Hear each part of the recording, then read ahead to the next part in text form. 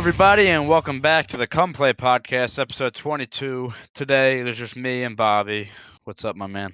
Yo, what's up, man? It's been a while. It has, and we are without our fallen men, Zach and Brendy. Zach, although, is enjoying himself right now. He is in Winnipeg watching the Jets. I mean, he's going to come back a new man, I'm telling you. Yeah, I hope so.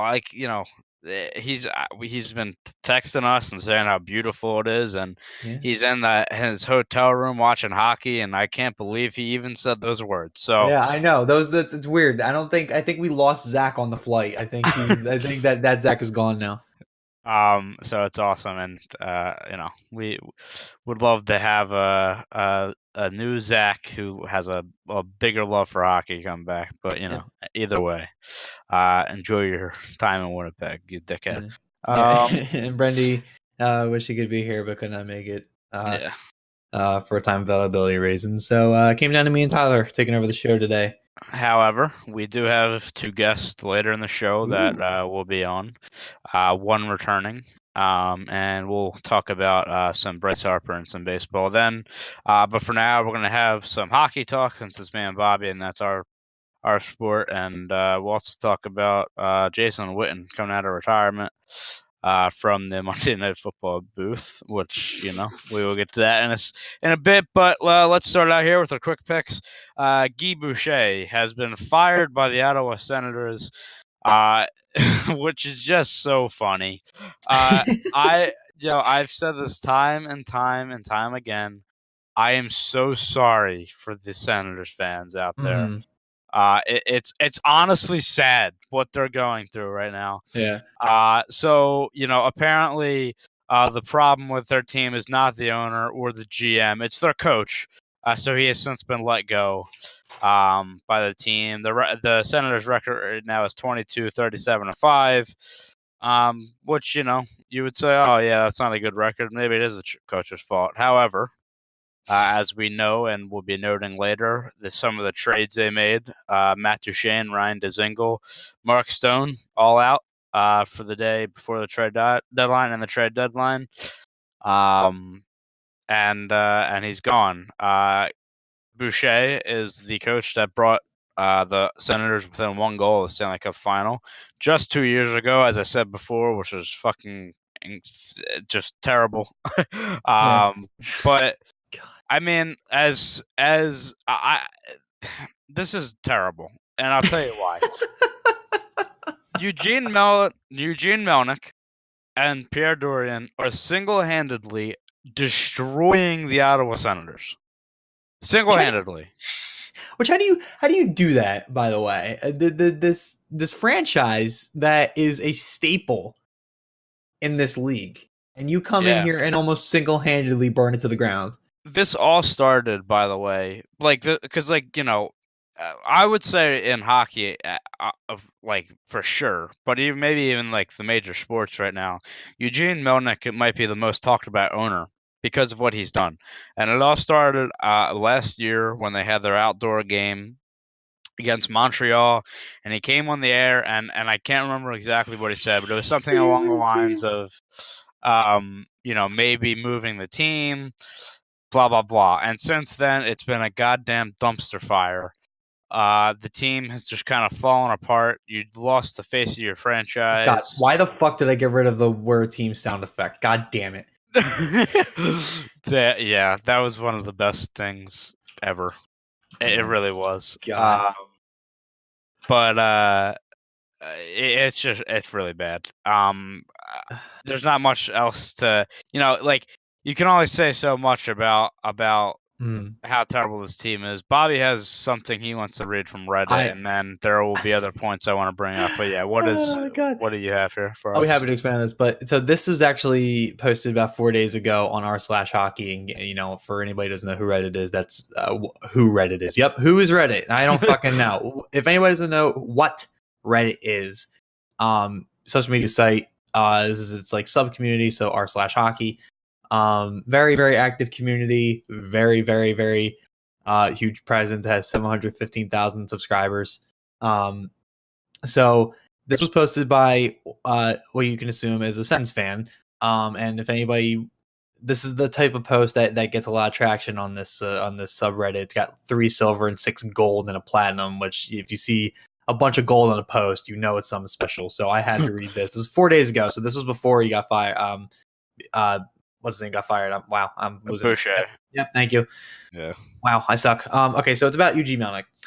The title literally reads, Eugene Melnyk has literally ruined hockey for me. And you need to hear this. So I'm just going to read this mostly verbatim. Excuse me. I've been a Sens fan my entire life, and I will never cheer for another team, but at this point, I'm pretty much done with hockey.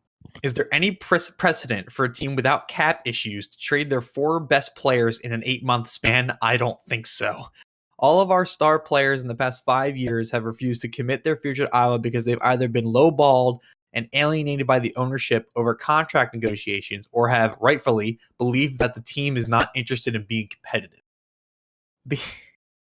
Being a sports fan is fun because you get to commit to a team, follow it through the ups and downs, and eventually your patience and loyalty gets rewarded. But Sens fans don't get to have that enjoyment. To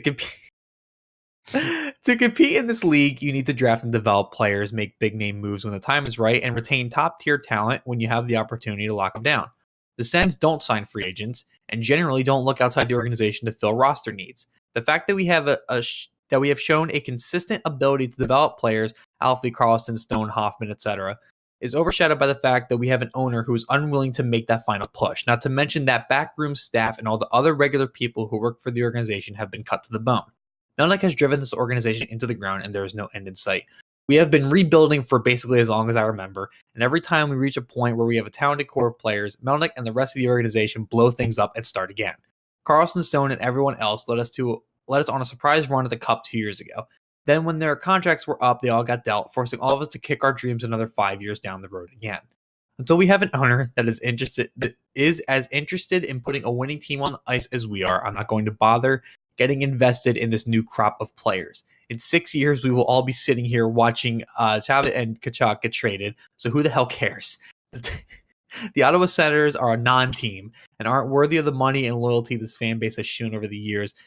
We can have all the picks and prospects in the world and we still wouldn't get anywhere. Sorry, rant over. At least there is a proper title race in the EPL this season. That's what I'll be following until there is a change of ownership in Ottawa. And I read the whole thing just because, like, this is how sad they are. Like, it's really, everybody bashes their own team for different things, right? And they range from large to small, right? Ty has his gripes with the Sharks. I have a gripe with the Flyers starting 8 goaltenders. But but I just wanted to read this because I think this perfectly just summed up the entire fan base. And this is from u/Bennett Gladwin. Sorry if I mispronounced that, but that was the user that posted this post.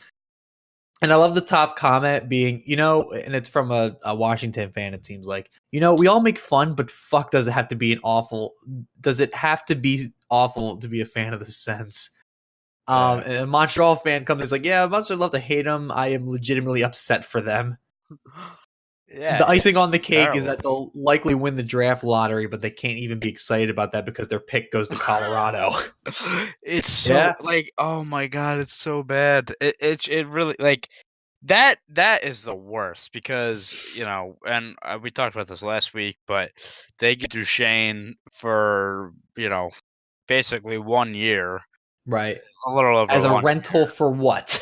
And you gave up a pick that could end up being Jack Hughes.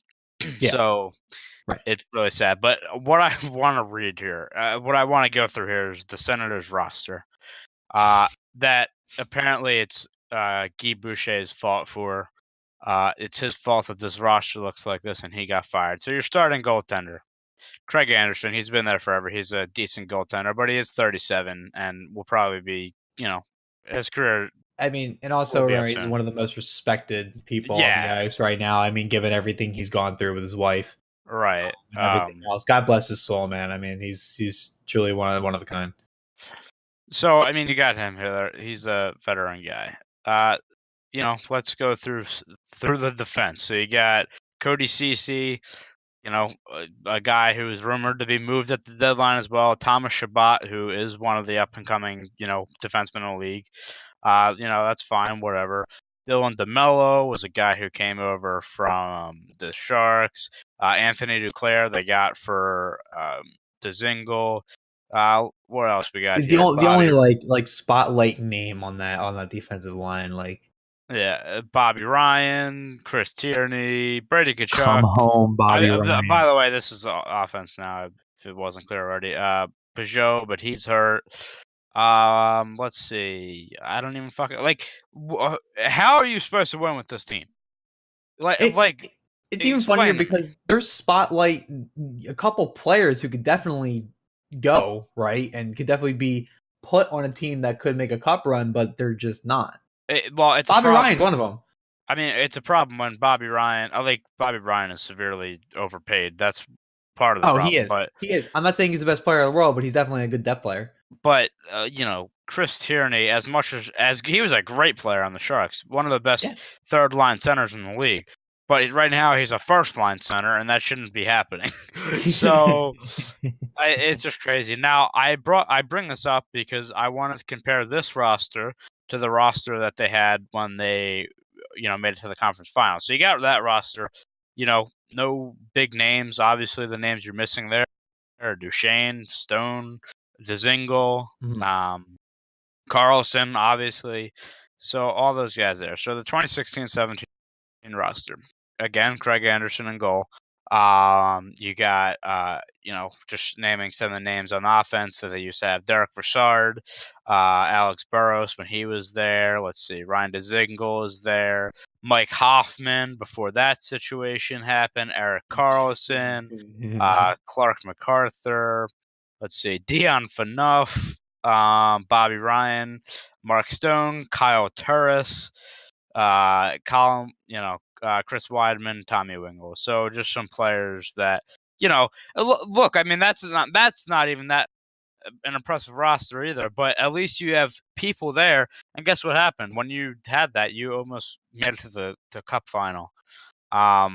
It's such a terrible thing. And not to mention this, as I feel like I said this on the podcast last week. I'm not even sure if I did or not. But if I did, I apologize. But here's the thing. There's a salary cap in hockey, right? And everybody knows it. It's in sports as well. And everybody knows there's a salary cap that you can't go over in a certain amount. But there's also a certain amount that you can't go under. And the Ottawa Senators are fucking close. Okay? They are close. So this year the salary cap floor is $58.8 million. Right now, the current let's see today. So this is I'm on capfriendly.com, which is the best place for all cap related things. The problem not sponsored. It's not sponsored. The problem with it is a little bit confusing. Basically they're sitting around let's see 27 36. They're sitting around $49 million. Okay, it's for players they're paying. For players they're paying. And then their actual cap hit is $59 million because $10 million they are not paying for their team. They're paying on other teams when they, retain cap or stuff like that. So yes, that's so and a lot of these players are, at the end of the year are going to be free agents, right? You got let's see, like a guy like Oscar Lindbergh, who's making $1.7 million, which is not a lot, but he's one of the highest. He's on the list of their forwards of highest paid players. He's 1, 2, 3, 4, 5. He's sixth. Okay, $1.7 million. You're sixth. It's incredible.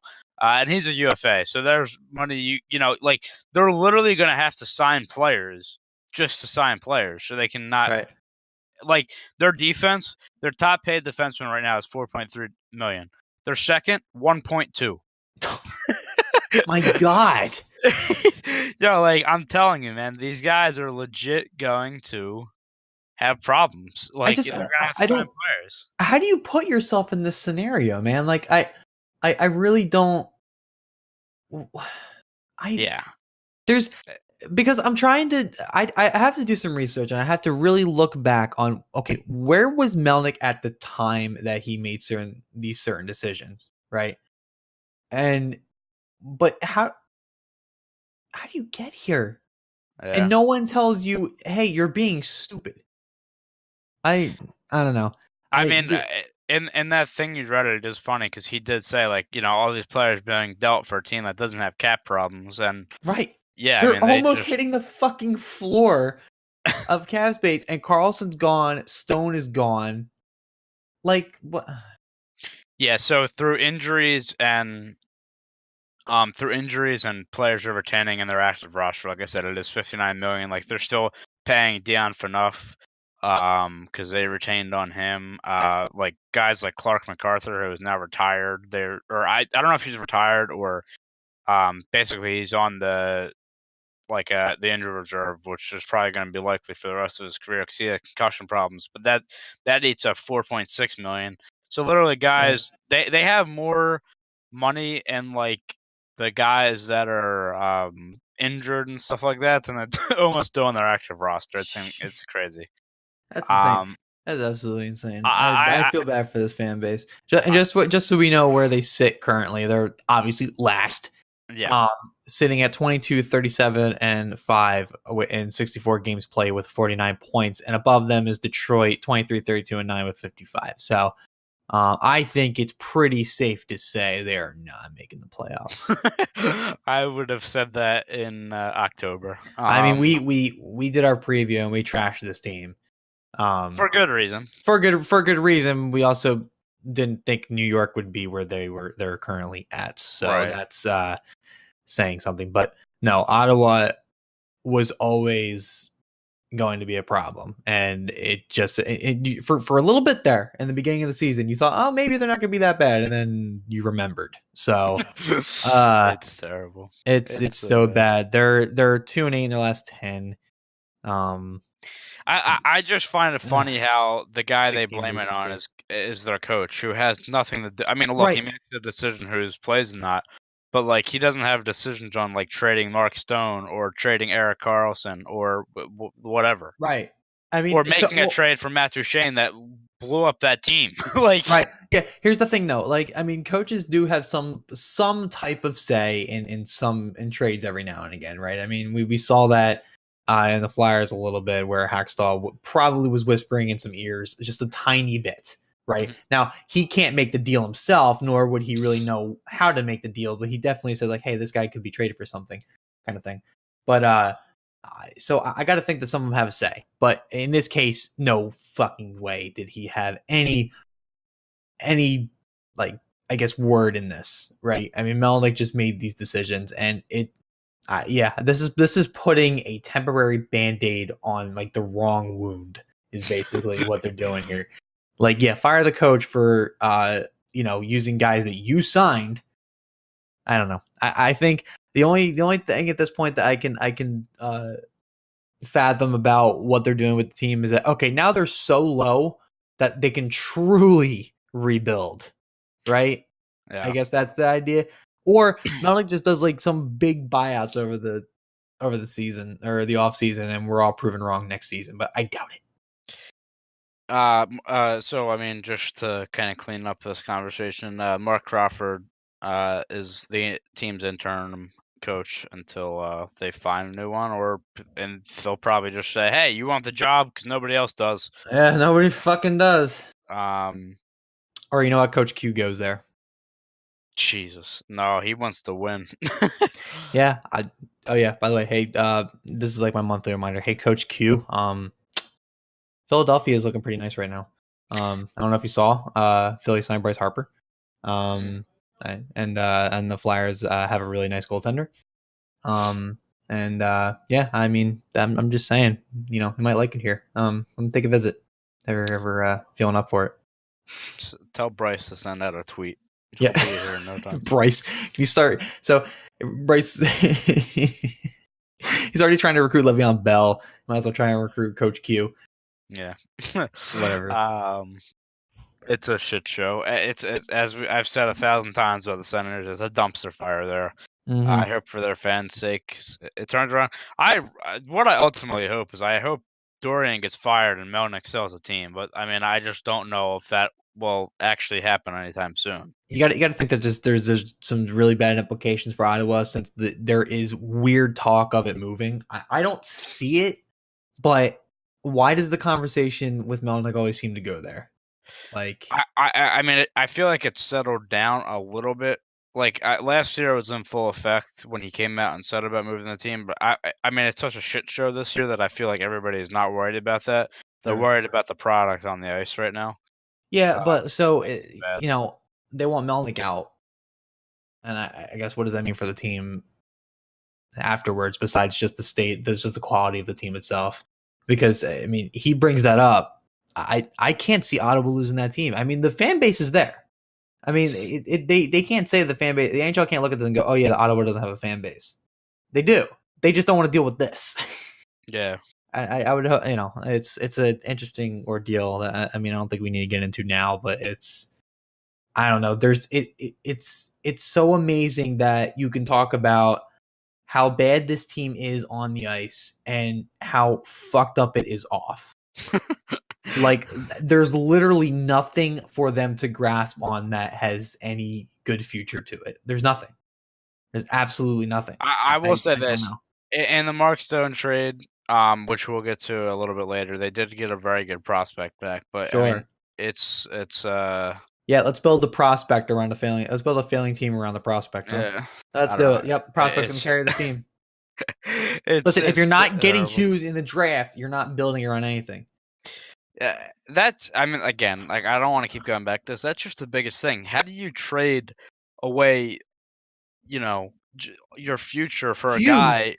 for a guy who was there for a year, like less than a year, and not to mention like had like not even close to success that whole time. Like the team just had no success while he was there. It's really, I mean, look, I mean, I know why they traded him now, because you can't just like hold on to him and be like, well, we made this huge trade, we got to keep him. Like you got to move on, but at the same time, I mean, goddamn, that is a terrible deal that they made. Joe Sakic was the owner, or the general manager for the Colorado Avalanche. Is the winner of the whole trade deadline, even though he didn't make, any significant moves. Um, Right. he still is, because he still holds the cards with that pick, and it's crazy. But let's move on to the. I don't even know what to call this. Man. I get John Tavares' homecoming last night, which was a little bit of a crazy scene. It So was a fucking riot inside of a building. This is what this yeah. was.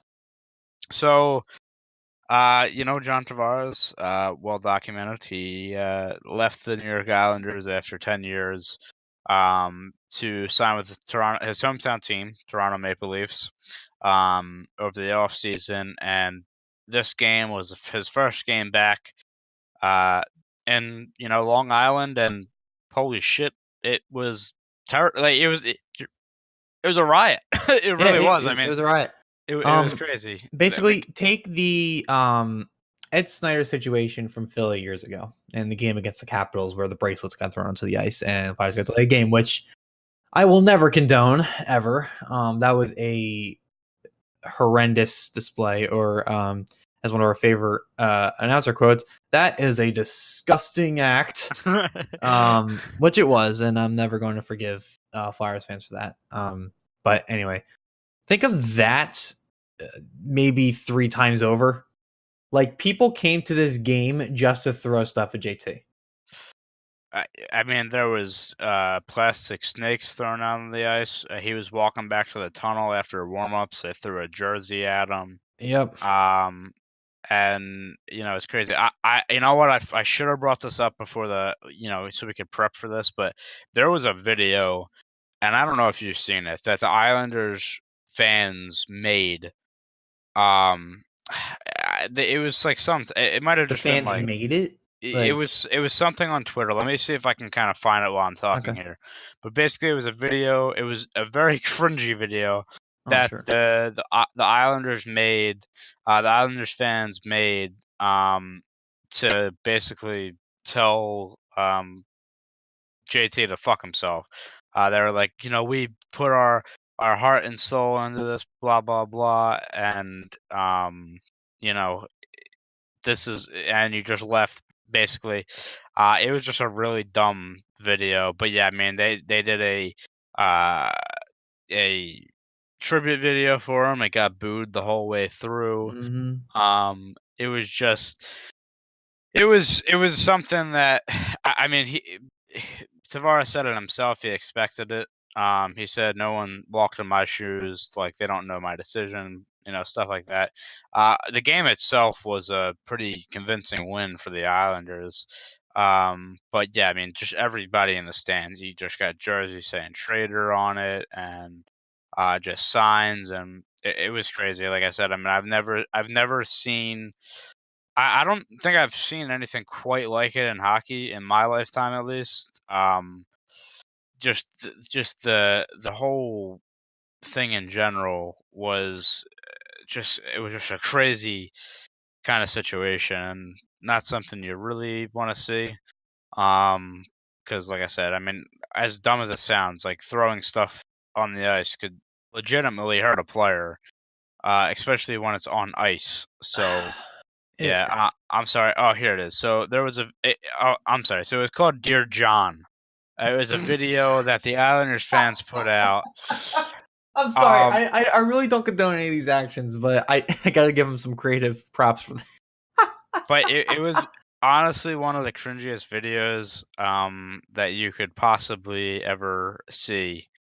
It was like a minute clip. And it was saying how, oh, we poured your heart out for you, blah blah blah. If do you want to play it on the show, or you kind of just want to leave it and we'll tell them about it? It doesn't. Hey, how long is it? I think it's about a minute clip. I'm trying And to. it's just them talking. Like, are they talking and saying stuff? Yeah, it's just like them talking about Tavares and stuff like that. Let Okay, me yeah, see. you can link that to me and I can do it. I have another clip I can play while I'm downloading that, and we can start talking about.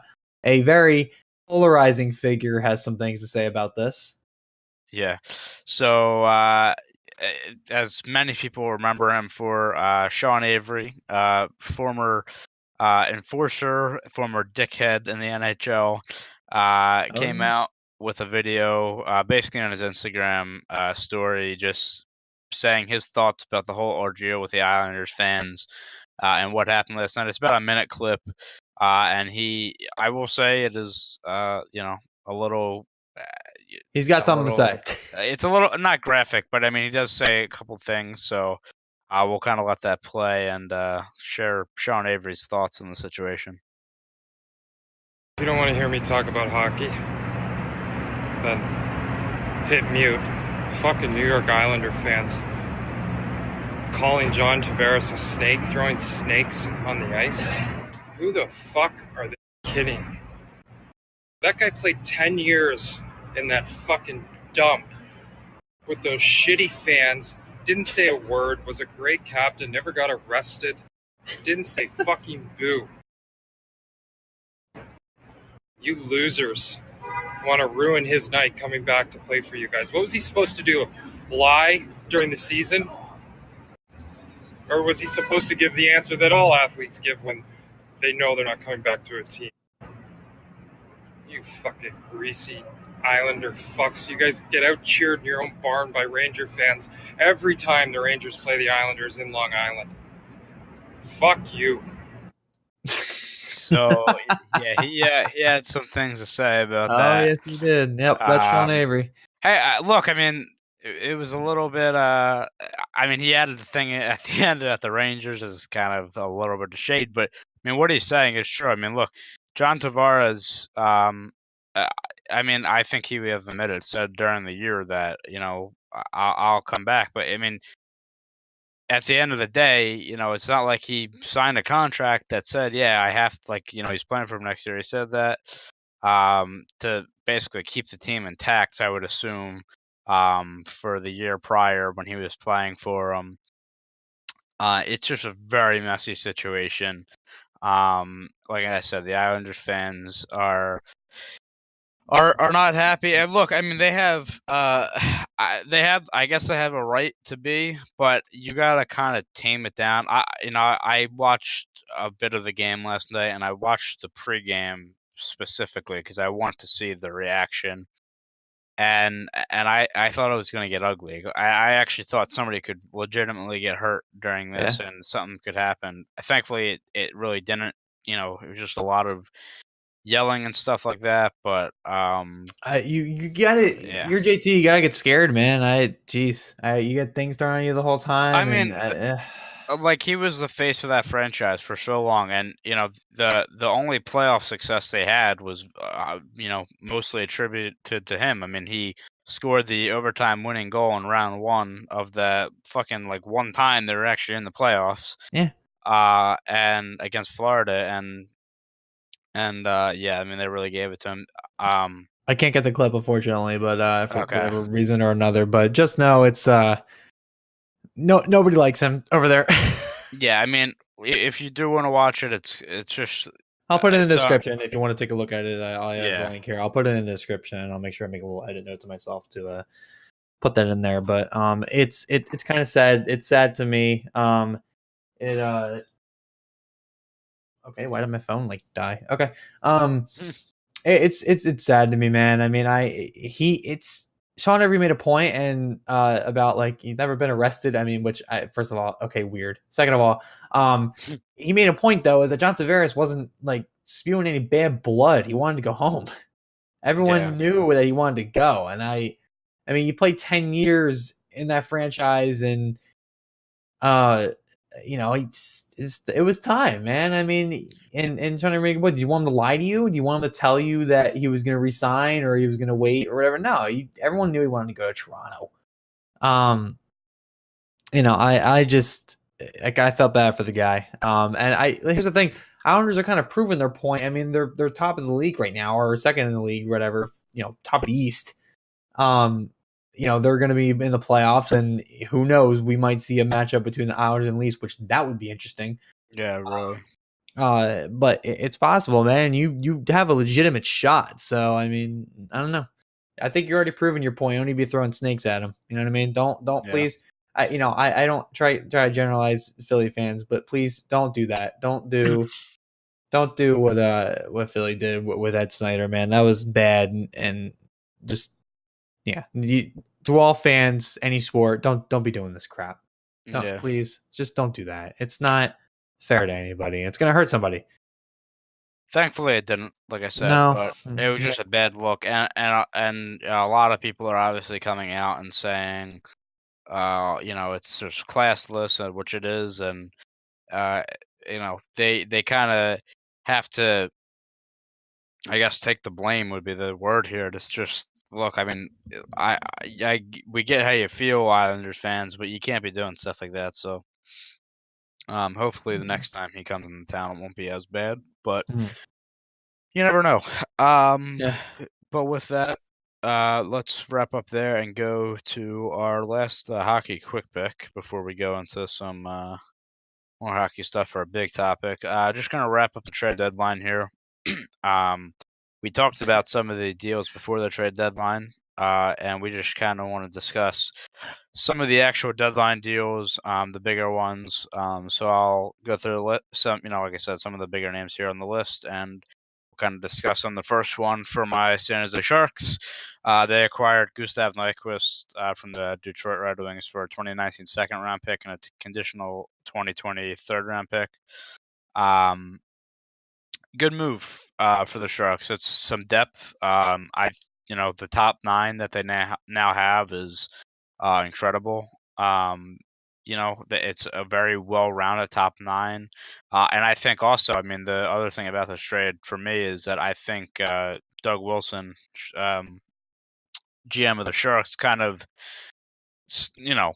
for all intents and purposes, stole Nyquist because I guess it is fair value in context, but with the way players are being traded especially on deadline day nowadays, you'd think they'd get more for Nyquist. But we only give up a second round pick and a conditional third. It is funny though because the Sharks have legit I'm pretty sure that's their first, second, and third round pick gone for the next draft. So they're going all in. But no, I think it's a good trade for them. And like I said, that top nine now is ridiculous and bolstering up for hopefully for me a cup run. I mean, you're the fucking thorn in your side's out of the way currently in Pittsburgh. So Well, yeah. It just they scare me a little bit because the Sharks' problem right now is well, first of all, I mean they do have some injuries. Like Erik Karlsson was basically, I don't even know why they played him. He was basically playing on one leg the other night. And they're still having problems keeping pucks out of the net. I think offensively they're incredible. I think, and this just adds to it, but there's still some concerns there. And the way the standings are looking, it looks like it could be a first round matchup with Vegas, who they got eliminated by last year. So, yeah, but as for this trade, like I said, a really good addition. I mean, they're trying to really see where he fits at this point. They might have him play with Hurdle. They might have him play on a line with Thornton and LeBanc.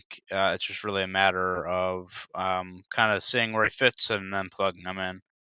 The next trade we have here is the Winnipeg Jets acquire Kevin Hayes from the New York Rangers for Brendan Lemieux, a 2019 first-round pick, and a 2022 conditional fourth. That's a little weird. But what the hell? anyway, What conditional fourth is this? the 2022, like 3 years in advance. I don't know what the Huh. condition is. Yeah. But yeah, I mean, my initial reaction is, I mean, Kevin Hayes is a good player. Don't get me wrong, but that seems like an overpayment to me. Probably. I mean, I guess when you're the Jets and have an almost complete team and maybe need that one piece to win a cup, you overpay. But it just seems like a first and a prospect, and I know it's only a fourth round pick, but I think I want to say that condition is like if they win. I forget. Or it might be if they re-sign him or something. I don't know what it is, but Yeah, it's probably something like that. Something contract based. but I mean, it could be a third, but still, either way. I mean, Hmm. I just think that's it's it's a little bit of an overpayment. I mean, he's a good center. He's done well for the Rangers in the past. This year specifically in 52 games played, he has 42 points. So nothing to sneeze about, but yeah, I mean, I'm not saying he's a good player. I just think that might be a little bit of an overpayment. Big guy, 6'5", 216. But yeah, I mean, we'll kind of have to see how that pans out. It's just, to me, it just seems a little bit much. But Mhm. if it gets you a cup, I guess it does not matter at all. Nope, not in the slightest. Nope. Next trade, the Boston Bruins acquired forward Marcus Johansson for the New Jersey Devils for a 2019 second and a 2020 fourth. This was kind of a crazy, like this was almost a really bad situation for the Devils, because if I'm correct in saying this, I'm pretty sure Johansson is a free agent at the end of the year, and like he's not going to resign, so like they had to get rid of him. And there was a video as I'm watching Trade Center, they showed a video of that morning him getting like hurt in practice, and I'm like, oh god, like Oh they're not going to be able no. to move him now. But he was back out in the ice for that, and they get a second and a fourth. I think that's fair value. Maybe that fourth being a third, possibly. I think, He is a UFA, by the way, at the end of the yeah, season. okay. I think maybe that fourth being a third round pick possibly makes it a little bit better, but it's pretty good return for that. Mhm. Um, but yeah, that a little bit of a scary situation there for the Devils, because I see him and I'm like, damn, they're not gonna be able to move him now. Yep. No, they got him to Boston, and I don't know. I don't know if Boston wants to re-sign him. I don't know. I don't know. I mean, Maybe. it's tough just with like the cap situation. So his cap hits 4.583.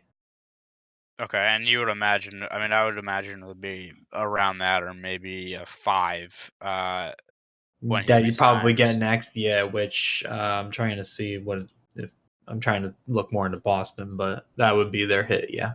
Yeah, so I don't know if they could afford that, but yeah, good. I like Johansson. He's a good player, very skill, underrated skill. So I like that. Yeah. This next trade is just it's funny to me. So the Canucks. This isn't really even a big trade. It's just I just need to bring it up because I think it's so dumb. Tanner Pearson, who just got traded to Pittsburgh this year from LA, is on the move to the Vancouver Canucks for Eric Goodbranson. One of the most not even overrated. Everybody knows he sucks and he's overpaid.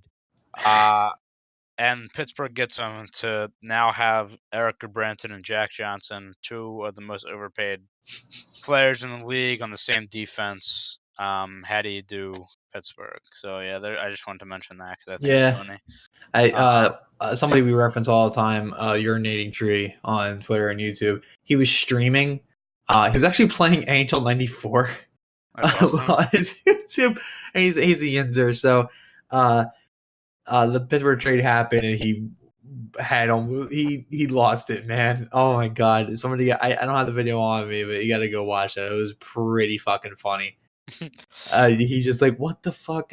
Weird one. I'm with you there. That was a really weird trade. He's not good. Yeah. This one was out of left field. The Nashville Predators acquire Mikael Granlund from the Wild for Kevin Fiala. The two players that were not, really rumored to move or anything, get swapped 1-for-1.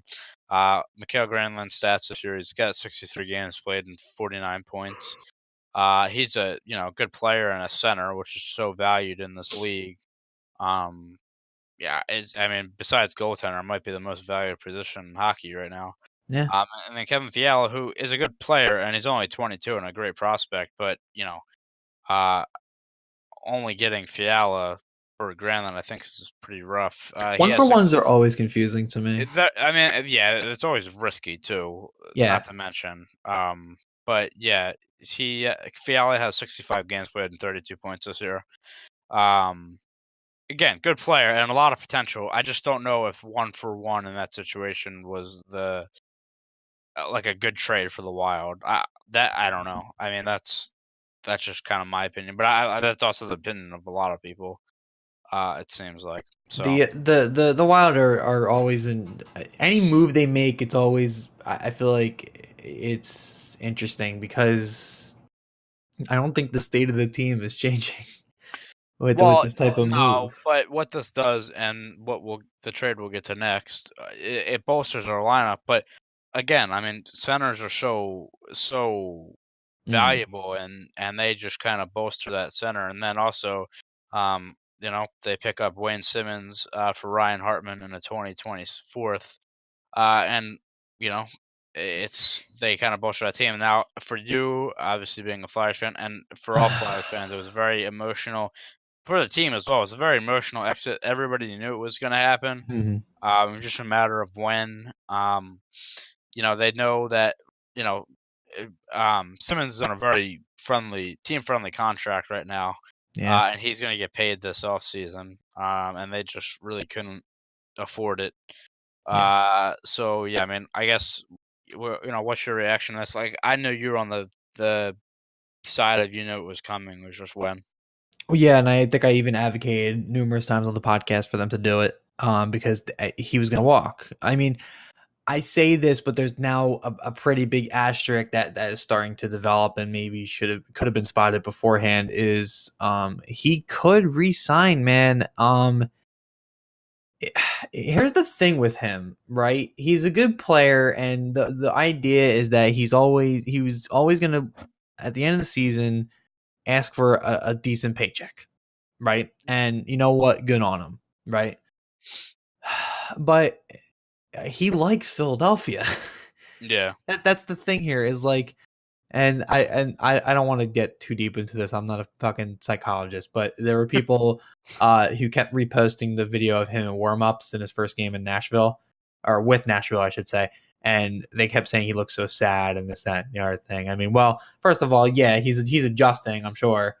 And whatever, and he's going to start Nashville well, but he's probably a rental. I don't think Nashville's going to re-sign him. I really don't, unless he just has this fucking burst. Yeah, it's just, again, I don't think it's a matter of teams not wanting to re-sign him. They just can't afford him. Right, and that's the thing. It's like, and Nashville really doesn't need it right now. The only thing that Simmons has for Nashville is probably a better power to help them improve on their power play a little bit because their power play is worse than the league, I think, or close to. So he was going to be a big power play component when he went to Nashville. And it could help make a run. But like I said, he's gonna get paid in the offseason. But he was apparently asked again at one point if he would consider going back to Philadelphia, and he said yes, which really at face value shouldn't be surprising to anybody. But you got to wonder if he's willing to really not ask for that much money just to be able to get back to Philadelphia. It would definitely have to be a hometown discount, that's for sure. Yeah, I would agree, and it's interesting as well. I mean, looking at the Flyers status at the moment, which is so hard to talk about because you think about I've said this in the get-go, the team on paper isn't terrible. It really isn't. It's just, I don't know. There was a lot of things. I blamed a lot of this, how the system they were playing with Hackstall, and they've done well by Gordon. They really have. And Carter Hart's finally here. It's time. It came a lot earlier than most expected. He's here now. The goaltender situation mostly is pretty locked up now. And they signed Cam Talbot, obviously, and he's going to kind of mentor Hart probably for a little bit. I don't know if the Flyers will re-sign him. I mean, he's on the last year of a 4.166 AAV for whatever contract he was in with Edmonton. So he'll be a UFA at the end of the season. But so will Brian Elliott and Michael Neuwirth. So who knows? That's crazy. It's bad, dude. Well, because it's a situation where they're gonna have to play in the AHL. Like Neuwirth is gonna be playing in the AHL. Yeah. I mean, he's gonna have to, and he's been hurt this whole time. And then Elliott's back, but I mean, unless they're injured or sitting in the press box, like you can't hold on to 3 goalies really. Yeah. So Hart's in the AHL currently because he's trying to get eligible in case the Phantoms make a Calder Cup run, so that if the Flyers end up being mathematically eliminated from the playoffs, he can just go down and play with the Phantoms in the playoffs down in the AHL, which is good. I have no problem with that. I don't think anybody should. I think Cam Talbot's actually making his debut with the Flyers in about 6 minutes, actually, against the Devils. So there's that, but there's future on this team. There really is, and it's something I keep trying to stress. That I mean, along with the farm system, which Tyler has seen firsthand, by the way, so he can vouch. There's a really good farm system for the Flyers right now. I would be surprised if Morgan Frost is not being talked about next season. We do have quite a few significant UFAs coming in next season, notably Michael Raffle, Corbin Phil Verone. And we also have, like I said, Brian Elliott and Michael Neuwirth are going to be UFAs at the end of the season as well. Reko Gudis and AMAC have, I think, one more year left on their contract, and they'll be UFAs, which, thank fucking Christ. And just a reminder that AMAC makes $5 million a year. Just a reminder of that, by the way. I have a lot of faith in this team, and I would be happy to take Simmons back, but I don't want to overpay him. Is basically what I'm getting. I kind of went off on a little tangent there, but I'm reading a bunch right now. Like I said, I would happily welcome him back. He was one of my favorites. I mean, that dude embodied everything a Flyer is. He could score, he could make a pass, he could hit, he could fight.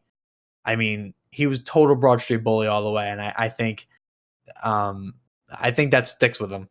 And I think he really does want to come back to Philly. I really do. I guess it depends on how much money he wants at the end of it. I don't want to overpay him. I really don't, because there's a lot of stuff that we're going to be doing in the offseason. I'm sure it's going to be some huge moves coming around.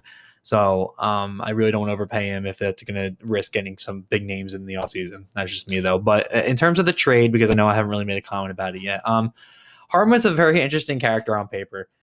First round pick by Chicago. He's played for Chicago and then Nashville, and now he's here. And here's what's funny about him is that he basically won over the fans in the first night because he threw a huge hit on Darlene of Buffalo and started a fight. So, and interviews with him are interesting. He's actually the type of player I really like. He's basically a two-way forward who's not afraid to throw his body around. He's not Connor McDavid. He's not like the fast, dangle people's ankles 180 degrees backwards kind of guy, right? Like he's the dude who's going to get on the ground and block the shots. He's the dude who's going to, throw hits in the corner and whatever. He's going to be the physical guy, right? I mean, that's what Simmons was, but I think Ryan Hartman's coming out here and especially for someone as young as him being that kind of player, it's different. So it's kind of hard to not like it. If we're talking about the trade itself, it's a little weird. Tyler, you were under the impression we got absolutely fleeced for this trade. And I overreacted for sure, but I think you got I just don't think they got fair value back for. And I know Simmons is going to be a rental, but I thought you could get a higher pick at least with that, or a prospect back. And that's what I wanted to. And what I think happened, and based off some kind of weird rumblings that I heard, Simmons had a very high price tag on him. Not to mention, Fletcher, I don't think, put Simmons officially on the market until the early morning hours of the deadline. I don't really know. He probably could have started marketing him earlier. I don't know. I really don't know, man. I think there was still a little bit, and I said it at one point, the next few games before the deadline, we're going to decide if Simmons was going to walk or if he's going to stay for a playoff run, which he should never have. Those 2 games did not need to be the deciding factor of that. I did want a higher pick. I did want a prospect. But here's the thing. I'm glad we got something, right? Even if, Ryan Hartman's in RFA at the end of the season. So, his situation will be weird, but, we needed something. I'm glad we got something. That's really all I settled for at that point. It was getting down to a 2-minute warning. I'm like, okay, we're getting something. I don't know what it is, but it's something. So I'll take the pick. I'll take Ryan Hartman. He's got a few shots on in the first 2 games, and I think he's already racked up 6 penalty minutes. So he's Ryan Hartman. He's doing exactly what he was marketed as at face value. So I'm not totally happy with the trade, but it was good that we did get something in return for it. Even though it was just a pick in Ryan Hartman, but yeah, I miss him. I know I went a little long because I had a lot of there's so much talk with the Flyers right now. It's kind of all getting mixed together. Every move is kind of it's like a chess match. Every move means something for the future part of the game. I mean, that's a trade in general, but in this case, it's just the Flyers are such a weird team in terms of moving players. I think you kind of hit the nail on the head, though, because for Nashville, they do have the worst power play in the league right now, and I think he's a big help because power plays don't have to be this beautiful thing. Sometimes you just need a big body in the front of the net. Yep. And that's what Wayne Simmons does, and I think maybe he's not on the first power play unit, although they might have him there, but even the second. Because with what they already have there, I think that helps. I mean, they're at 12.2% right now. Last in the league, Montreal is 12.7. But I mean, even if you're looking at a mid-level team, their power play is 20%, and that's crazy to think about because it's the Nashville Predators. I mean, they're one of the best teams in the league, and their power play is that low. So I mean, it's a good pickup for them. Yeah, I think for them, I mean, Ryan Hartman. They got last year at the deadline. They definitely overpaid for him then, and they kind of sent him on his way. But they got a good player back for this year. So the last trade here we mentioned earlier, the biggest trade of the deadline was Vegas acquiring Mark Stone and Tobias Lindbergh from the Senators for Eric Brandstrom, Oscar Lindbergh, and a 2020 second-round pick. So Mark Stone was on TSN's trade bait board was the number one, guy that was on everybody's list kind of thing. He's having a really good, I mean, for the team he was on, especially, he's having a really good year. He's over a point a game on that team, 61 games played, 62 points this year. And definitely the hottest commodity out there. As for this trade I mentioned earlier, when we were talking about the Senators, they do get a really good prospect back in Eric Brandstrom, who is being compared to Erik Karlsson, which again is funny because he's going to Ottawa now. But a really good good, stick handling, puck moving defenseman. He's in the AHL right now with the Chicago Wolves, but I don't know. I mean, I don't know if they're gonna Ottawa's gonna loan him there, so he can be there for the rest of the year, or they'll bring him to Belleville, to their farm team. But either way, he'll stay at AHL, and in a couple of years, could be a big piece for them. But I mean, in my opinion, they got a top end prospect back in a second round pick, but I still think maybe you could have got another, take out Oscar Lindbergh. I mean, I know he was there just basically as a body because now they need people on their roster who make money, so they can stay over the cap. But I mean, maybe adding in another second or a third or something. I don't know. It just feels complete for me. As for Vegas, a team that, again, the Sharks could potentially be playing in the first round. Obviously they're not having the year they did last year, but no, that was also an incredible thing they did last year. But that solidifies that top six of theirs now. You get a actual, a really good player, a really good, goal scorer, and that makes them scary again. And I know that they've kind of, like I said, they haven't had the magic that they had last year. William Karlsson, who was like the breakout player last year, is kind of struggling this year, but maybe this lights something with them. You don't know. But yeah, I mean, that was a huge trade. There's a lot of things going around that he was going to resign, and then he's not going to resign. They're definitely moving him. They end up moving him, and here we are. The Ottawa Senators blow it up, and Vegas gets stronger. And I think as a whole, I will say this. I think as a whole, the top teams in the NHL really did a good job at getting maybe that extra piece to push them over. I mean, you have, especially in the West, I should say, really the West made their moves. You got Nashville, Winnipeg, San Jose, Vegas, all making potentially key moves. It's only one player, but you're adding a guy that could, really change something. So I think the West really kind of showed out. You had, obviously Columbus making a lot of moves before the deadline, and Boston kind of, picking up Johansson and stuff like that. But yeah, like I said, the West really bulking up.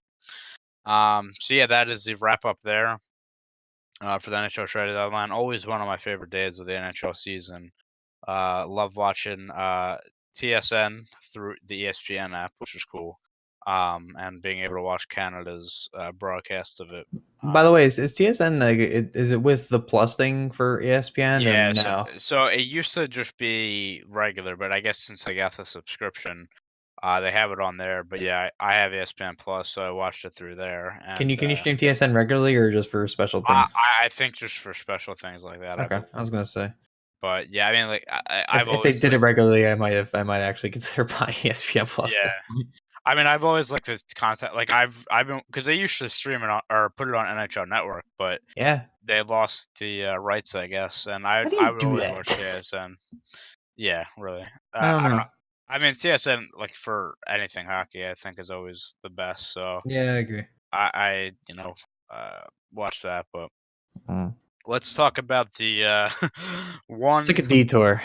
One non-hockey thing that we're going to talk about at the beginning of the podcast here, like a kind of one out of left field. So Jason Witten, longtime Dallas Cowboy, 1 year on the Monday Night Football booth, is going back to the Cowboys. He's 36, by the way, everybody. Yeah. Apparently, I don't know. All of a sudden yesterday, like nothing. I didn't get any updates, and then I just see this, and like he's coming out of retirement. It's a 1 year deal with the Cowboys worth not 30, holy fuck, $3.5 million. But it could go up to $5 million. We are throwing a lot of zeros around in this podcast. Yeah, really. with max, it could be a max of $5 million with the bonuses and incentives and stuff like that. But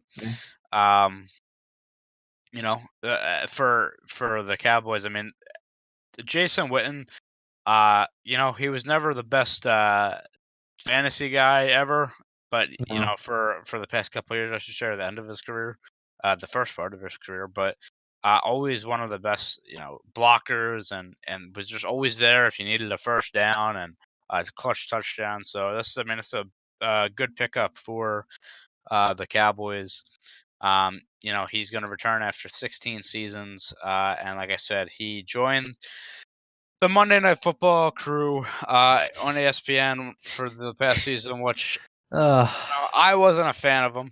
I will say this: I wasn't really a fan of his commentary. He made a lot of mistakes. Yeah. I think the biggest one was actually at the Pro Bowl when talking about Eric Ebron and because the Patrick Mahomes threw a touchdown to Eric Ebron. Patrick Mahomes on Kansas City and Eric Ebron on Indianapolis. And then after the touchdown, Witten proceeded to say, "Yeah, Ebron's been Mahomes' guy all year." And that's kind of been floating around. But yeah, I mean, I wasn't a really big fan of him. So, Win from Monday Night Football. If you're a fan of Monday Night Football, I just don't like the whole cast of Monday Night Football. No. But he was I don't part think of it. anybody likes Monday Night Football in general because we've just talked about this before. Well, it's funny because back in 10, 15 years ago, it was like Monday Night Football was this huge thing, and Monday Night ESPN, and now it's kind of like lost that charm a little bit. Monday Night Football. Watch the Colts take on the Falcons. That was fucking game. I mean, that was also when they had Tirico there doing it. Mike Tirico was announcing the game, stuff like that. It just lost that. So he stayed retired. Witten stayed retired for approximately 10 months. He retired on April 27th, 2018. That's funny. This has also brought up some things because I think this is kind of just like a funny video he put up, but DeMarcus Ware, who was a Cowboy for a long time and then obviously won the Super Bowl with the Broncos, posted a video on Twitter saying, how he feels good and should he come back, and of course he's got the comments section going crazy. But yeah, I mean, look, I mean, I know football age is a little bit different because the abuse those guys take, but I mean, what'd you say, is 30, 35, 36? 36. 30, I mean, that's obviously older, but I mean, if he still feels good and can do it and still has the will to compete, why not? I think, like I said, to me, he was always that guy that just was a clutch player. And he comes back for the Cowboys, and of course, everything with the Cowboys is always kind of blown out of proportion. So, you got Cowboys fans talking about how this is definitely the ticket to them going to the Super Bowl. I couldn't even get that out without laughing. But yeah, I mean, look, I mean, it's a good pickup for them. But we'll kind of have to see what happens. It is older legs, and does he maybe play a few games and then and do really well, but by the end of the year kind of lose it a little bit because his body just can't take it? I don't know. We will wait and see through this season. The quote was he's going to come back and help Dallas win a championship. Man, you have a long way to go. Yeah, you have a long way to go. By the way, a lot of the fans are telling Romo to come back, and that's something I don't advocate because Romo is the best announcer in the NFL right now. He is, man. I mean, it's I absurd. love watching Romo. Whoever made the compilation of him at the end of the season is a god, because it really that was him. At any given point, he always knew what was coming every single time. Yeah. It's oh god, he's so fun to listen to, man. I can't wait for next season with him. Yeah. I can't wait. It does beg the question who should go into the booth for Monday Night Football. One of the names out there, which I would love to see, and I know you don't really follow him. I don't even know if at all, but I do a lot because he does a podcast and stuff. Is Pat McAfee, who used to be a punter for the Colts? Yeah, is he been doing stuff with Barstool? Like, isn't that his shtick right now? Yeah, right. So he joined. He actually retired in the NFL to join Barstool. He said that he kind of like fell out of love with football, and this opportunity came up, and he took it. But they had him announce a game at the end of the season on week 17, and it was fucking gold. And this man is one of the funniest people ever. He does stand-up comedy. He does a podcast. He just did a series of skits with WWE this past week. Yeah. Recently. So I do follow him. I don't listen to him much, but I do follow him on Twitter and everything else, and he's always talking. So right, yeah. He does like a weekly podcast that I listen to, and he's so funny. But like that's a lot. That's like it seems like a lot of the fans want. I would love that. Like I said, I just was not a big fan of that Monday Night Crew at all. sure. I don't even know that. I know like they had like that sideline guy. His name's like Booger McFarland. He used to play. A name like that doesn't belong anywhere else but TV. But yeah, I mean, he used to play for the Bucks, I want to say. And then I don't even know the main guy's name. I don't know this guy. Booger McFarland, everyone. I'm sorry, that name's gonna be fucking used for the next week. But yeah, I mean, and I don't even know the main guy's name, but I just never really liked it. So maybe I don't know. I don't think they will because it's ESPN, but maybe they revamp it a little bit with Witten going and kind of see. But just a note there, footnote of the one non-hockey thing before the baseball talk we have later. Yeah. But yeah, so that is for the quick picks. Speaking of hockey, since I believe we're going back to that, is I just turned the Flyers game for a moment and I see Ryan Hartman throwing hits. So exactly what I just said. Yeah. So, but all right, yeah, you can move on. So me and Bobby, obviously being the hockey fans of the group, haven't we've wanted to talk a lot about hockey, and maybe haven't as much as we wanted to. But are you okay? I don't know. With it just being us this week, I know I was stuttering through that. I don't know what's happening. I think we're missing some voices today, and believe it or not, that screws us up really hard. But I mean, it does give us a chance to talk about hockey. So it does. We've hijacked the show now, so you know what? So the trade deadline is now over, and now it's that part of the season where it's just the grind to the playoffs. And this year, I think every year, but I guess it's really recency bias more than anything. We have some races this year for playoff spots. It's tight, man.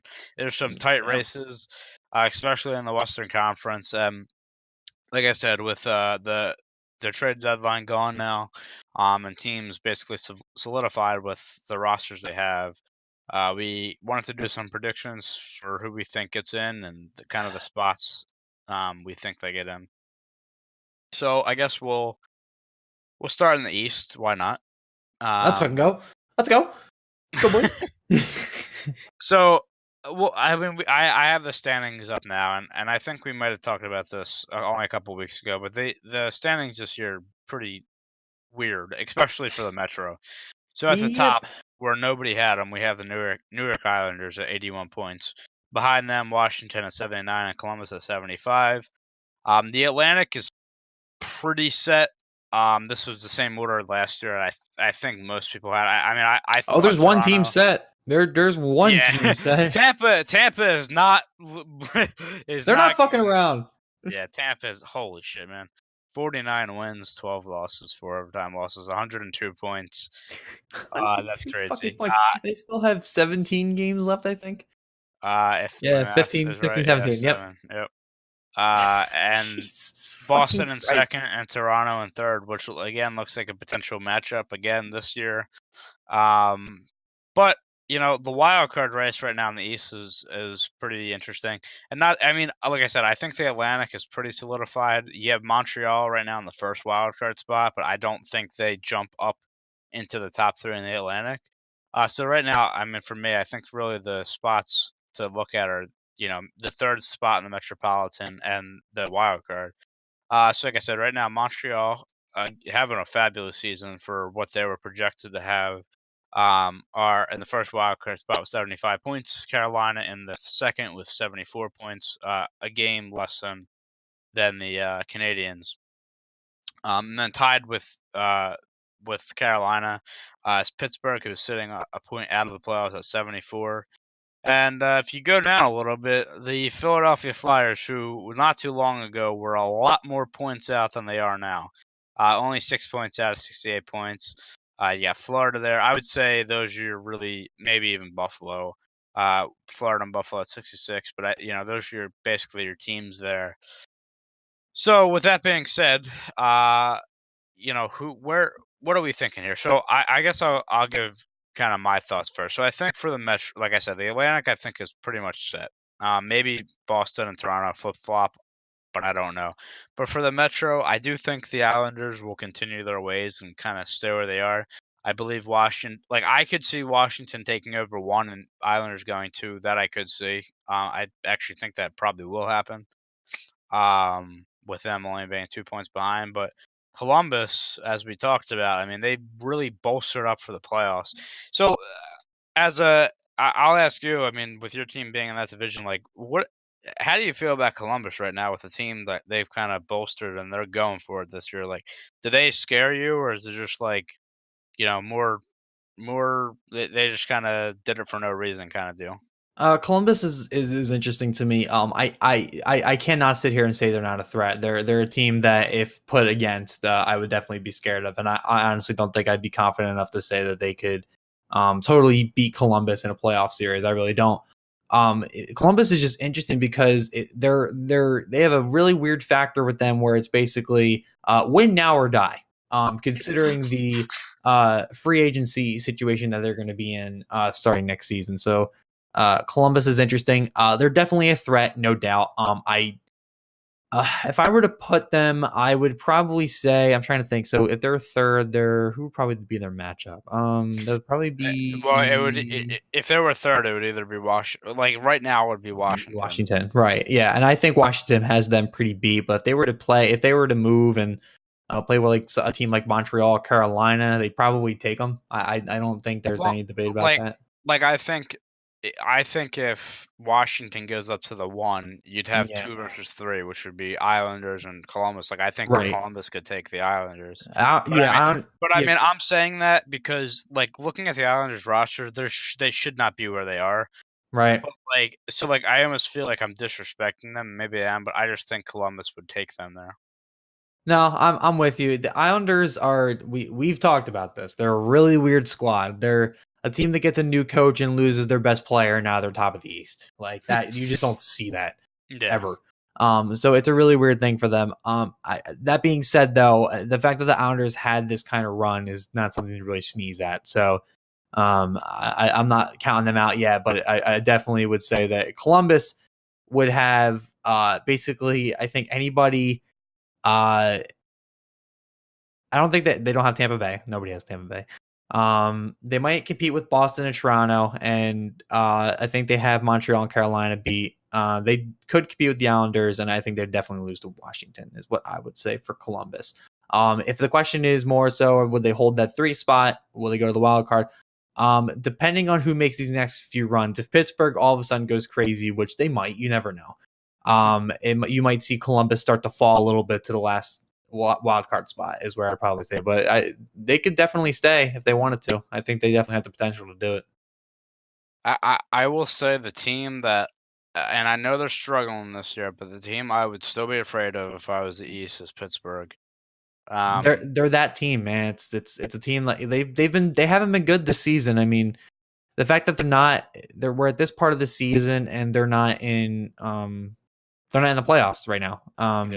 It is something to behold. It's something you're not used to for Pittsburgh, but you compare them and easy comparison in the NFL to the Patriots, right? A team who I don't think anybody really had going to the Super Bowl this year, and look at that, they go and end up winning, right? So Pittsburgh's kind of that team. They always have the good players that they might just be able to make a run toward the end. I mean, any team with like as your top 2 centers being Crosby and Malkin, like will have a chance.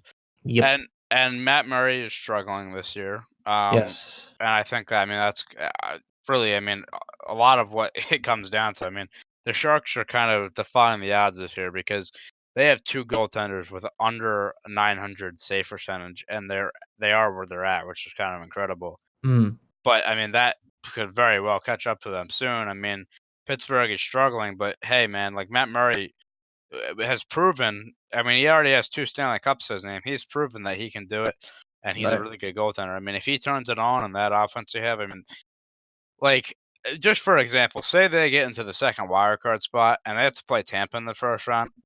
Tampa probably wins that series. However, I think Tampa lights them up too.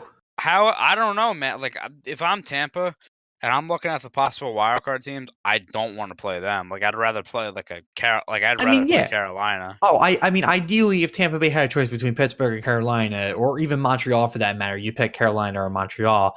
But I think Tampa's just too good. Well, I think so too. I'm saying, I mean, they might win in 5 or 6 games. Like, I'm not saying they wouldn't, but like, I feel like Pittsburgh will give them a fight, and there's some nastiness in that series. Look, listen, if Tampa Bay plays Pittsburgh and Pittsburgh wins that series, I think I'm jumping off the wall, Whitman. No joke. But because it's stupid. I can't stand this team obviously because I'm a Philadelphia fan. But like I said, I compared them to the Patriots earlier, and I'm a fan of that team. So I really can't say a whole lot. But what I can say is that I fucking hate this team, and I swear to God, they beat a team that's basically fucking dynasty level at the moment with the way they're playing. I'm not gonna know what I'm gonna do myself, and then basically the whole East goes out the window. All the predictions for the East goes out the window if Tampa Bay's out. So yeah, whatever, And I know I'm gonna put fucking like I did with Nashville last year in my fucking bracket, and then all of a sudden, the person who picks Vegas, I don't wins. know, wins the whole goddamn thing.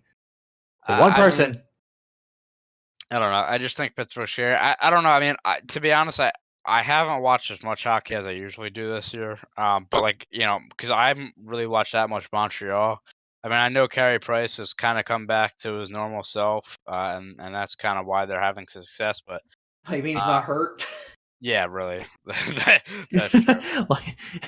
What's normal self in terms of a Carey Price? But I mean, the next team, obviously, that I want to talk about is your Flyers, and I know we talked about them earlier, so let's not spend too much time. However, if you had an unbiased opinion about this team, they're 6 points out right now. Do you think they can get in with the teams above them? Oh my God, it's annoying because I think we have we don't beat Pittsburgh. I'll say that. Mm-hmm. But if it was us against Carolina, us against Montreal, I think we have a shot. I really do. I don't know. I mean, it's like I'll say a shot. I'll say a shot. Not we're gonna win, but a shot. It's just one of those things that's like you expect Montreal to kind of fall off at some point, but I mean, there's 64 games into the season. Like, there's not gonna usually teams will fall off earlier. Like, I mean, they are playing really well. I just don't know if the Flyers can catch. I mean, that's the biggest thing. Can Carolina and Montreal slip up and the Flyers catch them? So we have 18 games left, both Montreal and Philadelphia, respectively. Well, after tonight, 17, but whatever. Mm-hmm. So we're currently sitting at a point where we are 7 points out from Montreal at the moment. Montreal sits at the top of the wild card spot. If you know anything about Philadelphia and what they tend to do during this part of the season, they streak. Flyers are a very streaky team, and if you haven't been paying attention this season, they've done the same thing the past 2 seasons, especially last year with a 10-loss streak and a 10-win streak, respectively, by the way. And this year, I think, what did they get to? I think they got to 8 or 7. I'm trying to remember. Won another big streak, and I know they were definitely on like a 5-6 loss streak at some point in the season as well, probably toward the beginning where everything was just gray and terrible. There's a new resurgence in this team right now when it comes to their goaltender, now with Ryan Hartman, and obviously Hackstall being gone. There's a new system with this team. There's a new life in this team, and it would not surprise me in the very least if Philadelphia went streaking again and ended up taking the bottom wildcard spot. Now, Pittsburgh's still a problem. Montreal is still good, but like I said, if I'm putting Philadelphia and Montreal next to each other and said who's going to make the big run for the wild card spot, I'm going with Philly. Montreal's still a strong team, no doubt, but I don't know. I know what Philadelphia does around this time every season, so it's hard to bet against that kind of thing sometimes. But like I said, Pittsburgh's still there. I mean, Philadelphia 6-3-1 in their last 10, and Montreal 4-5-1. I mean, Carolina right now is a team that is kind of not coming out of nowhere because they were there, but they're 8-2 in their last 10 and kind of had that. They're just surging right now. Nice. I didn't mean that, but it worked out. Oh, you mean the Carolina Jerks? You mean those guys? The bunch of jerks, yeah. Yeah, the bunch of jerks. I want that fucking shirt. I don't know, man. Like, I want to say, like, out of these 4 teams, I would say that the Flyers on paper are the second best, but just them being 6 That's the points thing. out. And this is what I keep saying is that you look at the Flyers on paper, that's not a bad team. It really isn't. It's just, well, there's a million fucking things that happened this season. I don't know that we've already talked about on this podcast 100 times, so I'm not even going to get into it. But here's the thing, and I think this is a question of what should we do, right? So this offseason is huge for us, for a lot of different reasons. Now that Carter Hart's up, right? It might be go time. There's still the possibility of Coach Q coming and joining Philadelphia, as it's not talked about often anymore, but every once in a while it gets brought back up. It's either Gordon gets the job, which it is possible, but for some reason I don't see that. So whoever they decide to hire over the offseason and fully, state as full-time head coach will be interesting to see. So there's that happening. Number 2, this is Fletcher's first offseason with Philadelphia, and beat writers have been saying there's rumblings of some moves that might be made over the offseason. I know that doesn't mean much, but given the situation that Philadelphia is going to be in with having a ton of UFAs, especially 3 goalies at the end of the season, which seriously, what the fuck? There's going to be some signings. If we don't make the playoffs, it's going to be, I don't want to say a blow up because our core players are definitely going to stay. Mm-hmm. Coots is still going to be here. I mean, they're on long contracts. Coots, Voracek, who got the A, by the way. Congrats to Voracek for getting the A. I've been waiting for that for a long time. Coots, Drew, Carter Hart, got to spare. Possibly. I mean, there's some people been picking up the trade thing for him, but anyway, I guess what I'm trying to say is, if we don't make the playoffs, there might be more impact over the offseason than would be if we did, right? Because then there might be some re-signings that happen that might not have happened if the Flyers didn't make playoffs. So I don't know what I want to happen. I always want us to make the playoffs, right? You never know. You never know when something special is going to happen. You know that. You don't know how the hell you got to the cup that year. You really have no idea. I mean, really, the last time because weren't correct me if I'm wrong, I thought the Flyers were the 8th seed when they made it to the.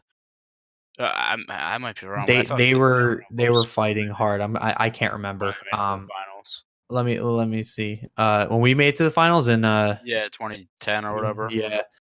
I mean, let me look back. Actually, let me see if I can find that. But like I said, you never know with this type of team. 2010, we were top. Oh, really? Okay. Yeah, we were the Atlantic then. That's weird. Yeah, isn't that weird to hear? 106-point season. Oh, wow. Okay. I don't know. I mean, either way, I mean, there's been teams in the past that have been, 8 seeds and have kind of succeeded. I mean, 8 sure. in the old system, 8 seeds. It happens, man. I mean, you could, Mr. Premier League fan over there could point to Leicester. For that kind of thing happening, you know what I mean? It's something special. You never know. And I'm not going to sit here and say the Flyers are special, but what I am saying is that you never can truly count one team out. There's always something that they have that they can use when it comes for go time, right? And the Flyers are one of those teams that, it looks very, very grim for most of the season. I mean, but the fact that they're still, 2 spots out of the wild card and only 6 points out of it with about 17 games left, and knowing that the team can get very, very streaky at really any point, it's safe to say that they have a shot at getting in this time. It really, at this point, all depends on what Pittsburgh, Carolina, and Montreal do. Pittsburgh can get streaky as well, and I just can't stand Pittsburgh in general. But you said it right earlier. I mean, that team's still good. It'll be interesting. The East is a very interesting picture, but if there's one constant, it's fucking Tampa Bay. I mean, as good as the East is that way. The West this year has been something else. Yeah. Which, we're gonna get to now. So the West is very top heavy this year, I feel like. Yep. So let's look at the division here. So in the Central, Nashville is leading with 79 points. Right behind them, with 3 less games played, I should say, Winnipeg at 78. And then St. Louis Blues out of fucking nowhere, 8-1-1 in their last 10 games, are at 74 points. They're flying, dude. They're flying. Yeah. Well, they finally got a goalie that can stop pucks because look, I haven't even looked at my fantasy hockey team in a long time. I got eliminated last week. But Jake Allen was one of my goalies, and his save percentage was terrible. They got I can't even think of his first name right now, but Binghamton in, and he's done wonders for them. So yeah, I mean, they're a surging team. And then in the Pacific, again, very top heavy. This division, Calgary at 89 points, the Sharks at 82, and Vegas at 73. But where it gets interesting is the wild card race, because there is approximately, I would say, 8, maybe 9 teams that could get the wild card. Right now, as we're recording, Dallas is in the first wild card spot with 69 points, and Minnesota is in second with 68 points. Now, right behind them in third, Colorado with 68. In fourth, Arizona with 67. A little bit of a drop off. Chicago with 63. Vancouver with 63. Edmonton with 61. So, I mean, you have, 9 teams within 8 points of each other.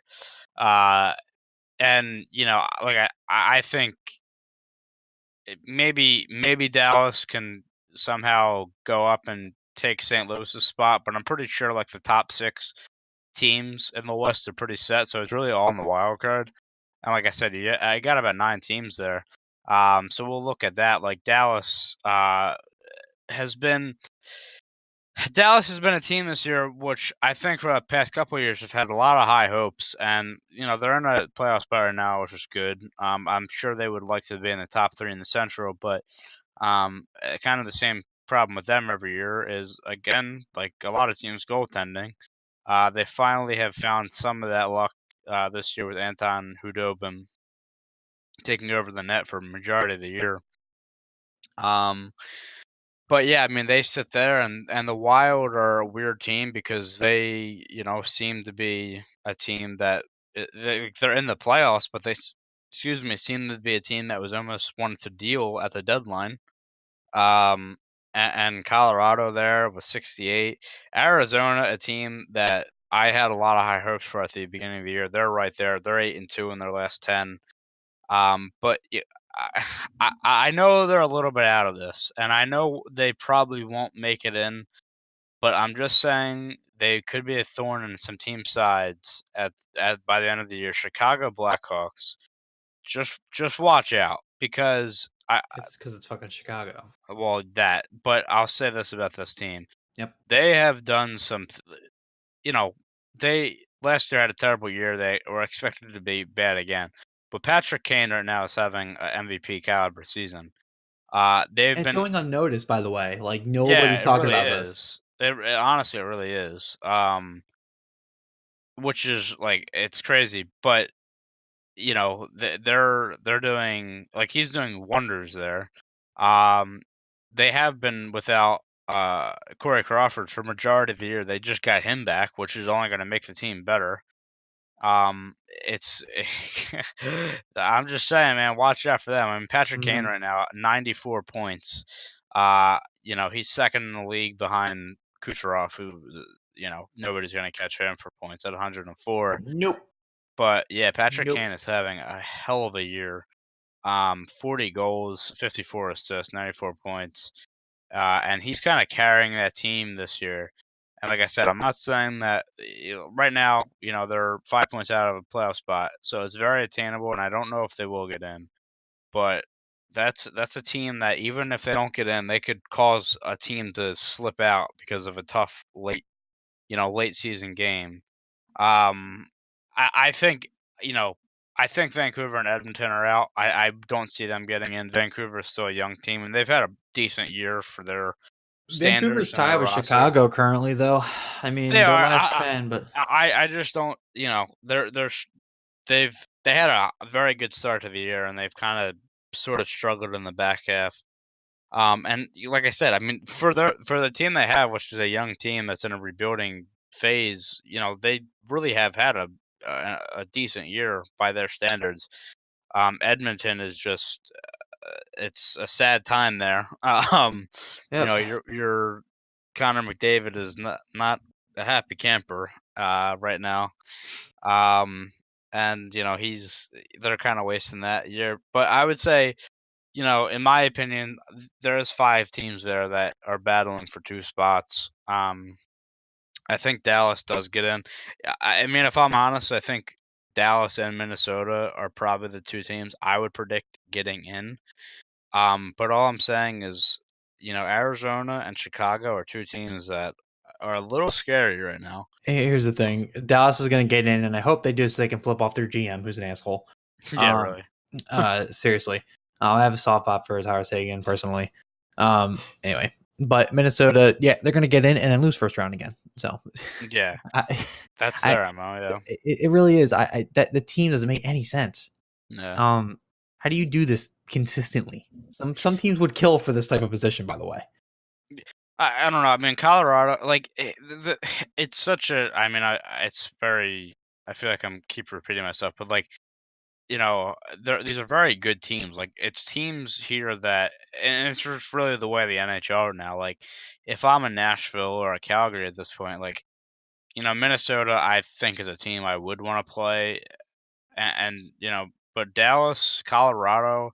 Like, Colorado's always a team that they're a very fast team. Like, Yeah. they're kind of scary in that, right? And Chicago just being, like I said, Patrick Kane the year he's having, in Arizona, it's very well for themselves as well. It's just the way the NHL is. It's a very competitive league. There's a difference between like a team that's solid and a team that's good. Minnesota is a team that is always solid. Yeah. Make the playoffs, lose first round. Like they don't have anything high caliber to really put them anywhere else. Colorado has that good potential, right? And so does Dallas. Mm-hmm. So, it would not surprise me if Colorado took that second spot. I think Dallas stays. I agree with you there. I think Colorado has the potential to take that second spot. I think they have Arizona and Chicago beat personally. That's just me though. The NHL is just a league now where if Nashville did play Minnesota, like, we're a league. Huh? We're a league. Well, we're a league. If Nashville played Dallas first round, like, I could easily see Dallas winning that round. Like, I know Nashville's a better team, but the NHL is so competitive. It really, Yep. It's crazy, but it's just the point. It's just the point totals that get to me in the West that I think just drive me nuts every time I look at it. Like the fact that 4 teams are 5 point or within 5 points of the wild card position is insane to me. In the 60s, whereas Flyers have 68, and this isn't me trashing the Dallas will beat us if we ever played them, I'm sure.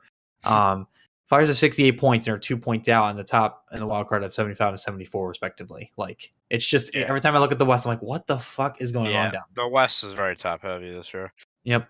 I would agree. But I mean, it does make for an interesting wild card race. So what's your total outlook for your Sharks, if I may ask? God, man, I'm just scared because I'm scared about the first round matchup with Vegas.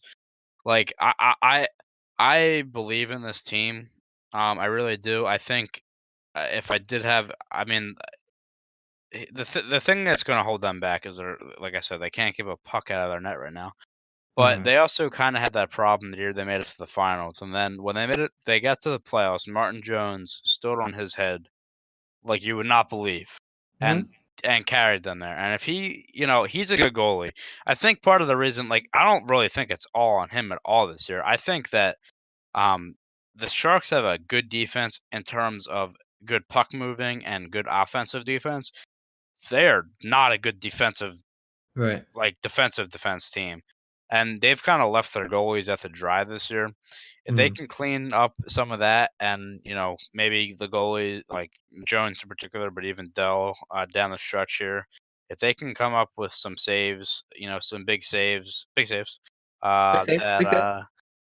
that maybe they weren't making in the regular season, or early in the regular season.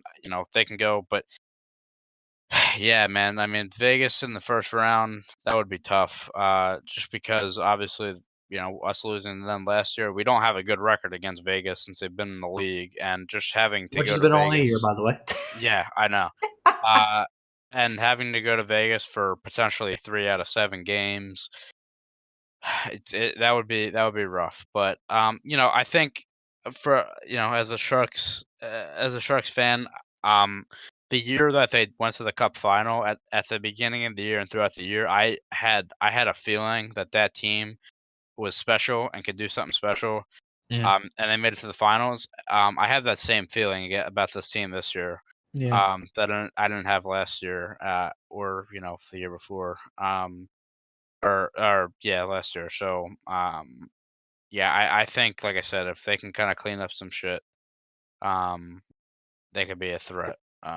But It's gonna be a fun time if you're if you're a hockey fan, yeah, I was gonna say, if you're a hockey fan, this is the time to buckle up and watch, because now it's the grind of the playoffs and positioning. Yeah, so And playoff hockey basically starts now.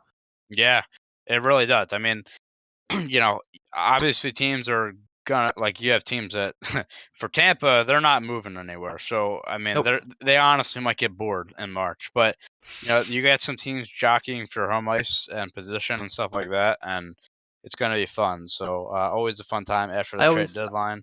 I always This think is about the gif of Steph Curry warming up before a game after they already clinched, where he's throwing a basketball like a baseball in warm ups. yeah, That's basically what I picture Tampa Bay doing for the rest of the season. yeah. So No, it should be good. But yeah, it's going to be a good race. All right, and now we're going to move on to our second big topic of the podcast, and this is again special because we have some guests, not one but two. So you know what, for this, because Bobby is such a nice man and wrote some more bios, I will hand it over to him to give you the guest for this podcast. absolutely, thank you, Tyler. I am happy to welcome once again Mr. John Travers to the show. And in case you forgot, John Travers is a student filmmaker and Baltimore native and diehard Baltimore sports fan. He doesn't believe in Lamar Jackson, and Rudy is his favorite player.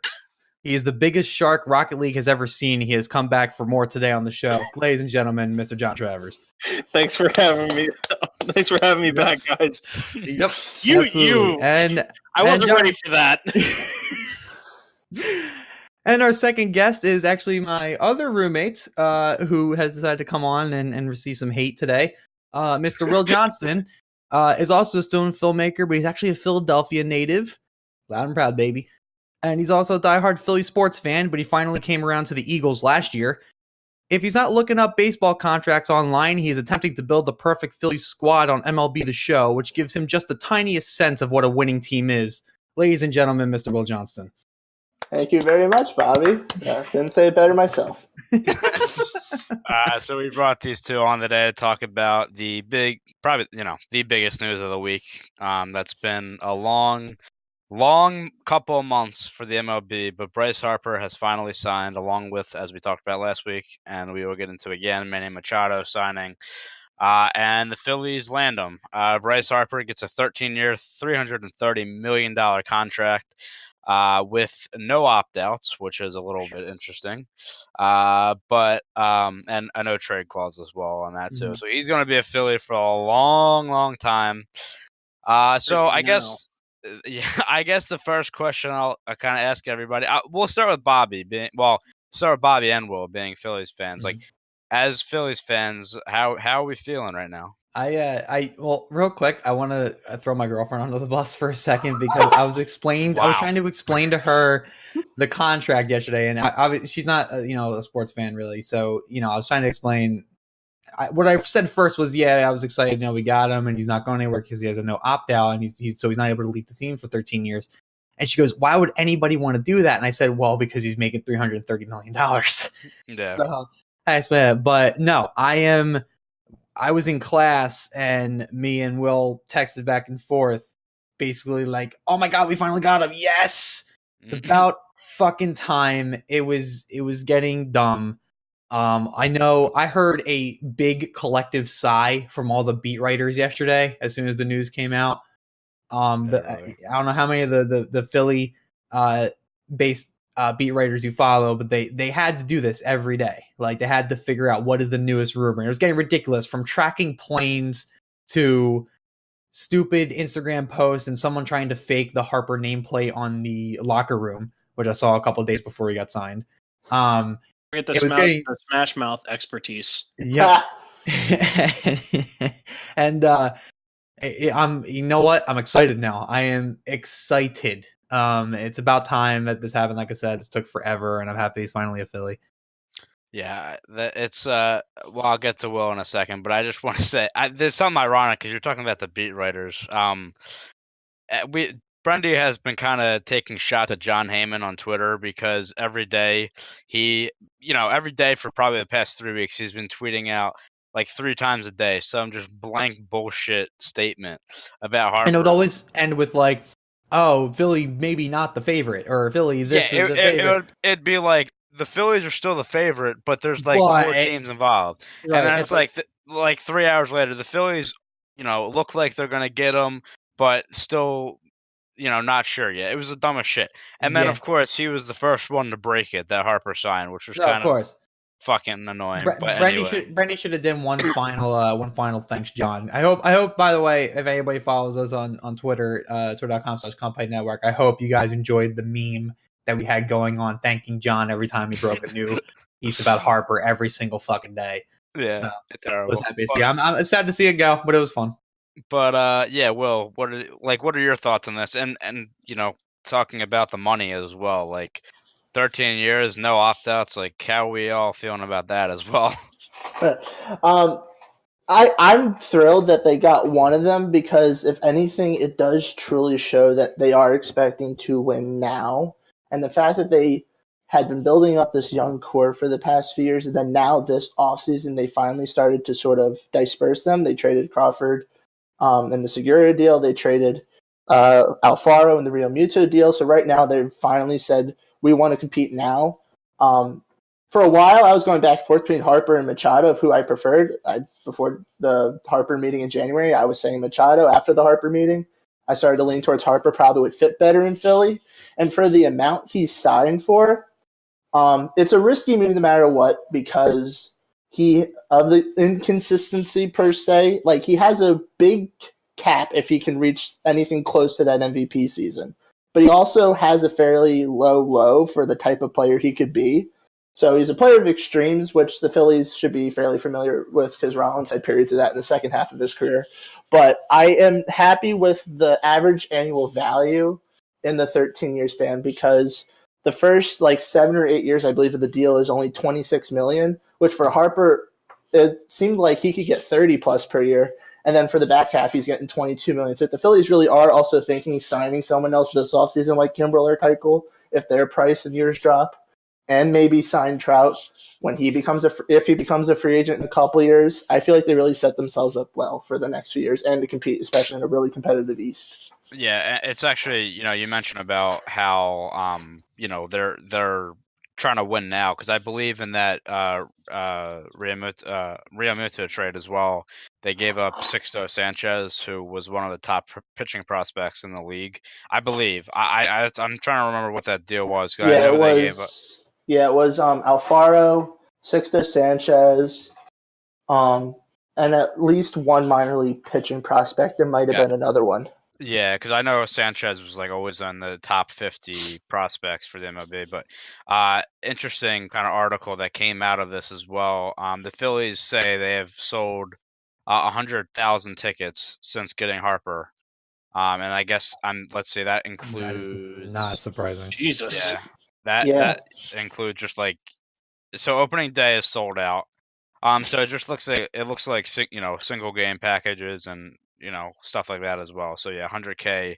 This is what I said. This is what I joked about when we were joking last week that if he was going to go to the Marlins, the stadium would actually be packed for the first couple of weeks for 3 days. Yeah, exactly. The cool thing about this whole Harper deal, though, is it's not just the fact that the Phillies are getting a really talented player. It's going to be huge for Philly in general. I mean, there's the talks now that supposedly he's like half recruiting Le'Veon Bell to come play with the Eagles, and the fact that yes, he's bringing in fans galore now, so the Phillies can have at least more sold out crowds, if not get to that streak that they had between like 08 and 2011 or 12 or something. So it's, if anything, it's big for Philly in general. Besides what you think of the player stats. So yeah, I mean, because he sent out a tweet earlier, I think it was today, about Le'Veon, you should come, but yeah, he's the big ship finally fell, but it's now looking at the roster for the Phillies. I mean, it looks good. I mean, look, they're still a young team, obviously, that has a lot of room to grow, but they can also be good now. Kind of like a situation, comparing it to another sport with the Toronto Maple Leafs, when they got Austin Matthews and Mitch Marner. They weren't expected to be good right away, and now they're one of the best teams in the East. But with the Phillies, you got Segura over the offseason, which I thought was a good pickup. Obviously, Hoskins is going to improve. Mikael Franco still at third. And now the outfield situation gets a little bit interesting because you bring Harper in, who's obviously going to be your main guy there. But they signed, and by the way, Will and John might not know, but I'm a Pirates fan. So, actually the Phillies' best outfielder is not Bryce Harper. It's Andrew McCutchen, because he's the best player in the whole goddamn league. And I wish he was still a Pirate. But, yeah, you got him. You got Herrera. You got Nick Williams, Altair. I think Altair is probably the odd man out there. But it's kind of it's a good problem to have, I guess. So, I mean, going into the season with Harper now, what do you think are, where do you think they can go? You think they can, win the NL East and make the playoffs? I absolutely think they could win the NL East. The NL East is in a situation where it could go, it's a coin toss pretty much for who's going to get the top. I do feel like one of the wild card teams, if not both, we're going to come out of the East also, because everything's going to be so competitive. I now saying they could get both also might be sort of a backfire, because if you have so many close teams, the team that wins a division might not have a whole lot of wins. It might only be like 90-91, even though they're a team that could produce like 95-96 because everyone's so competitive. One thing I like about the National League in general is just the fact that it's very competitive right now. Compared to the American League, where the Red Sox and the Yankees are going to be there for the East, maybe the Rays in like a year or two, and then you have the Indians and the Astros for was it the Central? I think they're both in, or no, the Astros are in the West. Yeah, the Indians are the Central, and then the Astros are in the West, and then that leaves one wild card spot that anyone could take, really, and so that's not really much compared to everything else for the American League. Yeah, I mean, it's especially so. What I want to get into now is kind of comparing Machado and Harper, because I mean, I agree with that too, and being a Pirates fan, kind of just going on like that, like the NL Central has, obviously it has its bad teams like the Pirates, but like even the Pirates last year were above 500 and finished third or fourth in their division. So it's a very competitive league. But yeah, comparing stats with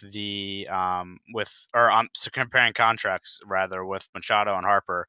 So yeah, Harper gets the $330 million for 13, and Machado gets 300 over 10. So actually, it's funny because I comparing the two, I thought Harper would get a little bit more annual average per year.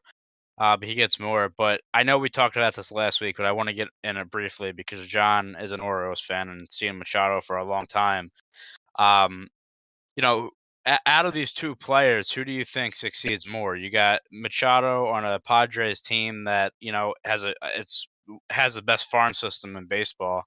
One of the up and coming teams. And then you also have the Phillies with Harper now, who, again, another up and coming team that can be good now. So who do you think has a better year? I'll ask all of you here. Who has the better year and who puts up the better stats and kind of just shows that they were the better signing? I'm gonna be honest. Well, to go off the competitive thing first, just because that's on my mind. It depends on, or not competitive, successful. It depends on how you rate success. Do you rate it as in getting a bigger deal at the end of your deal, or do you rate it as winning a World Series? Because it varies from person to person and player to player. So in terms of like successfulness, in terms of for World Series, I think Harper will end up being better in the end. As far as that is concerned, more than Machado, just because of looking at the Padres and how they are, how they do have the best farm system in baseball. It's just the Machado deal. He's not the type of player where he's going to set them over the top like he should be. Whereas Harper for the Phillies is the player that is going to send them over the top and to a World Series. I don't know if that'll be this year or next year or whatever, but he will do it while he's there. Yeah, and I can look at it from a more statistical approach, but also thinking in what John was saying is, I think at least right away, Harper's going to have the better or do better than Machado. And I take that in thinking about ballpark, who they're facing, and also what the team is striving for. Citizens Bank Park's a better hitter's ballpark than San Diego. Now, Machado has some experience in the West, so that's at least good for him. But he's going to be now facing the Dodgers, and the Dodgers aren't a team to mess around with. And that's going to hurt. Plus, being in now San Diego's ballpark for 81 games this season is not the most friendly thing to be in. I think his defense will be fine for a long time. But you really have to look at that sort of second half that he did with the Dodgers. Because in that situation, he was on a good team, new league, and he did fine. He didn't do great, but he put up solid numbers. It was bad, like 270 with like mid-teens and home runs. So I debate whether or not I feel like I don't think the pressure is going to like make him crumble because he was able to do fine in Baltimore. Now, being on San Diego and San Diego's pushing for the postseason while Baltimore was just sort of fading into the background, maybe that does have more effect on him that now he's seeing himself as the guy to push him over the top. Whereas Harper, he is the guy to push him over the top, but it's not like he's the main guy because a lot of the Phillies talk was, the Phillies are a much better team. They're going to compete. They just didn't have that one piece to really push them up there. And so Harper has the luxury of having Real Muto and Hoskins in the lineup with him. If Herrera can hit like he did it all in the first half of any kind, that'll be huge. And who's to say that you don't have a better season from Hernandez or Franco finally figures it out and bats 270 and hits mid-20s and home runs. I feel like Harper having that protection in a fairly hitter-friendly ballpark will be fine. And the fact that he did fine in the NL East before, and since that's his whole career, he has experience constantly facing them. So I think at least in the short term, he'll do better than Machado, but Machado's more durable. So maybe that'll help him in the long run, or maybe he'll hit a wall and all of a sudden it'll be injury like Eric Chavez was. So if we're looking, if we're, I'm sorry to cut you off. If we're looking at first season outlook, right? Who do you think we're going to see is going to be worth the deal? First season, who do we think is just going to spring to the top immediately? He's going to be everything in a bag of chips. I mean, I think Harper has a better chance. Basically with everything Will said. I mean, the Phillies are more set up for success. And the Padres, like I said, have the best farm system, so they're going to have guys coming up. Tatis playing, eventually playing shortstop and stuff like that, and some of the outfielders they have. But yeah, I mean, it's for right now. I would say Harper. Well, here's the thing though, because from a statistical and numbers standpoint, because like we mentioned earlier, when we were talking off air, is that Brendy was talking about how statistically speaking, you have Harper possibly being overrated, right? And some of the numbers, they do kind of back his point to a degree, right? So are we going to see a similar situation where nothing's going to change in terms of what his numbers have been, or are we going to see a Harper that could possibly be MVP like he was that one season? I wouldn't say MVP, but it's actually funny because Brendy put out a poll on our Twitter about, where people thought Harper would be, and the options were performs like an MVP, puts up all-star numbers, struggles for a bit, or another wasted year. And the winning vote puts up all-star numbers, which I agree with. I think that, last year it was obviously well documented that he struggled, and he ended up, ended the year batting .249, and a lot of people were pissed off because he made the All-Star game, and it's all a bunch of bullshit because he played for the Nationals, and the game was in Washington. That's the only reason he got in. But I think Harper, both of them really, Harper and Machado, but Harper for me, he just has that it factor, and I think he can just kind of, control, kind of just carry a team on his back when he wants to. Let's not forget last year he had 34 home runs, which was the second most in his career, and like Will said, Citizens Bank Park is very hitter friendly. You could see that total be, about the same or maybe even a little bit more. I would expect maybe around 40, I would say, if I had a prediction. So yeah, like I said, I think Harper's the guy for now, but and you guys, I don't know, maybe will agree or disagree with this. Like I always see Machado as more of a he's a defensive gem. Like he's a. I always thought he was one of the best defensive third basemen in the league. But and his hitting was good, but I never thought that put him over the top per se. Like I always just think of him as his defensive, um, game. Like I'm saying, I'm not saying he's bad at hitting or like he is a good hitter, but like that's how I always thought. But I agree with that. Like Manny's problem here was that, well, outside of him being a head case, which I'll cover on like after I mention this, like Manny was a defensive gem, whereas every swing he had, he was swinging for the fences because he knew that's where the big money would get him. So, and that's going to cause him to strike out more. That's going to cause him to not to. He's going to be swinging, yes, but he's not going to be able to contact every single ball and send into row Q. He's going to be hitting a lot of pop-ups. He's going to be hitting a lot of grounders because he's not going to get the pitches that he wants. And when he crushes it, yeah, he crushes it, but he's not going to crush it every time. That's just statistically impossible, and it's impossible to do just in general. So that's Manny's problem. And then to go off of him being a head case, I agree with what a lot of people are saying now on talk radio, on sports radio down here, which is Manny was a head case in the sense of he knew that he was better at third base. Everyone knew that he was better at third base, but Buck Showalter, Dan Duquette, Wayne Kirby, like all that entire staff was just like, oh, give Manny what he wants, move him to short. He's not the best shortstop. He's a better third baseman, and I think his defensive play, playing the hot corner, is gonna show that he's a much better third baseman than he was as a shortstop last season. Yeah, because that was part of the deal that he is moving to. Excuse me, he'll be playing third base this year. I guess you got to suck it up for that kind of contract, right? It's like, look, we know you're a better third baseman, right? Yeah. If we're paying you 13 years, I would be shocked if they didn't give in to him at least once, at least for like half a season. Yeah, I don't know. I agree. I thought he was always a better third baseman. This could have just been a product of the other players they had, but I thought he was like just very underwhelming last year with the Dodgers. Like he had an okay year, but in the playoffs he was awful. And I just think he's gotta suck it up basically, and kind of play the position. And I think that works better for the Padres anyway, for him playing third. But yeah, one of the other things I wanted to kind of tie in with all this, which also broke this week, was Nolan Arenado getting his 8-year contract worth $260 million.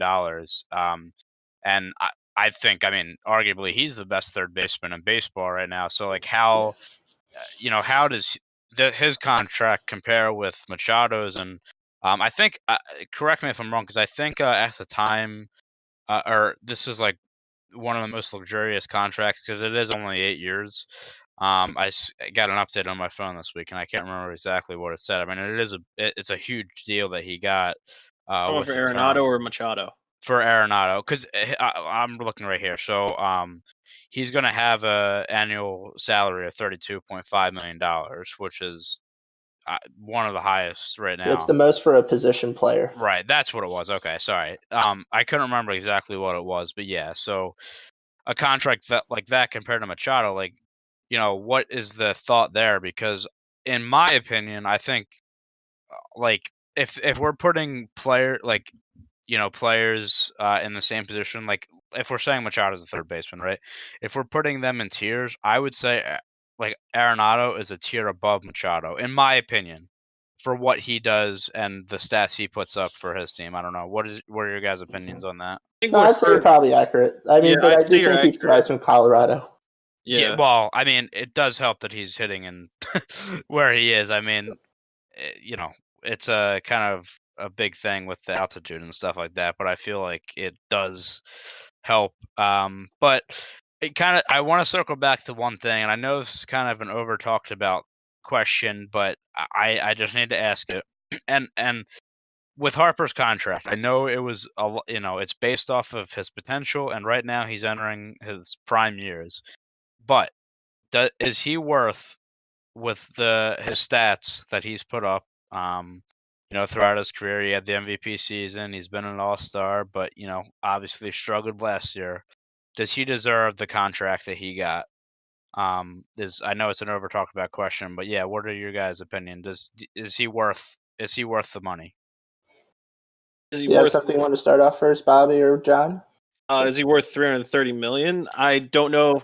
I think he's worth $300 million, not $330. But honestly, I would say, yeah, I think he's worth the money. Just because when you look at Bryce, he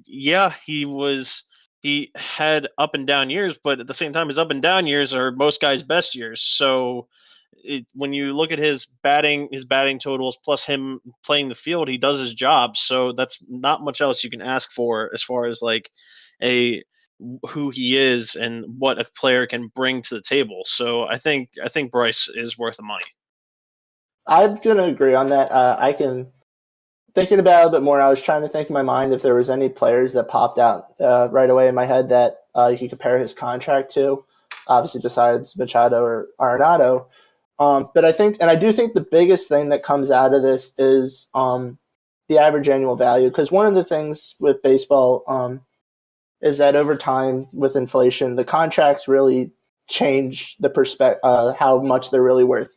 Because if you look at like the Alex Rodriguez deal is what was being brought up a lot when Machado and Harper were signing, and both of them exceeded A-Rod's deal. However, when you factor in inflation and everything, the deal, A-Rod's deal, I think I saw was like by nowadays standards would have been like 360 million. So when I think about Harper's contract now, I think it works well for the Phillies because they didn't have to pay $30 million plus a year for him now. And when down the road, when he hits 30 and beyond and his skills start to deteriorate, he'll have a couple years of that 26 and then he'll be 22 million. But by then, 22 million might really mean like you're like a $14 million player now or 15 million. So and in that sense, if Harper can bat 240 and hit 25 home runs as like that by that standards, I think the Phillies would be fine with that, especially because of how everything's being built around them. So the talk now with where Mike Trout was born, which I believe it's New Jersey, but I think it was Millville, New Jersey, which is not too far. I believe so. Yeah, it's not too far from us. This brings up the whole thing with the Phillies. There's been a lot of stuff over the past couple of years about Trout coming to the Phillies after his contract is up and seeing him at Eagles games and stuff like that. The question I want to ask, because I think this is interesting. In my opinion, Mike Trout's the best player in baseball.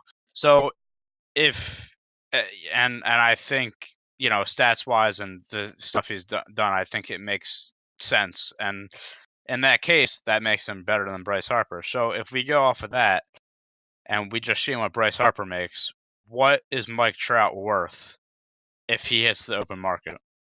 I mean, I think he's going to be close, if not break Arenado's average annual deal. By then, it'll be smart enough to see that'll break it. I forget exactly the age he'll be. I think it's like 28. 29. He'll be 29 when he hits free He'll be agency. closer to 30. Well, but here's the thing that always factors in, because there's the talk that he'll be the $40 million or $400 million player. But if he's 29 when he becomes a free agent, if he's still busting it out like he's doing now, then some team might give him like a deal that'll put him into his 40s. But I find it hard to see team, even with Mike Trout. I find it hard right off the bat to think a team's going to try to push more than 10, at the most 12 years on him on a deal. So in that sense, I would think he's probably going to get roughly a 10-year, $350, $360 million deal, if I had to guess now. Then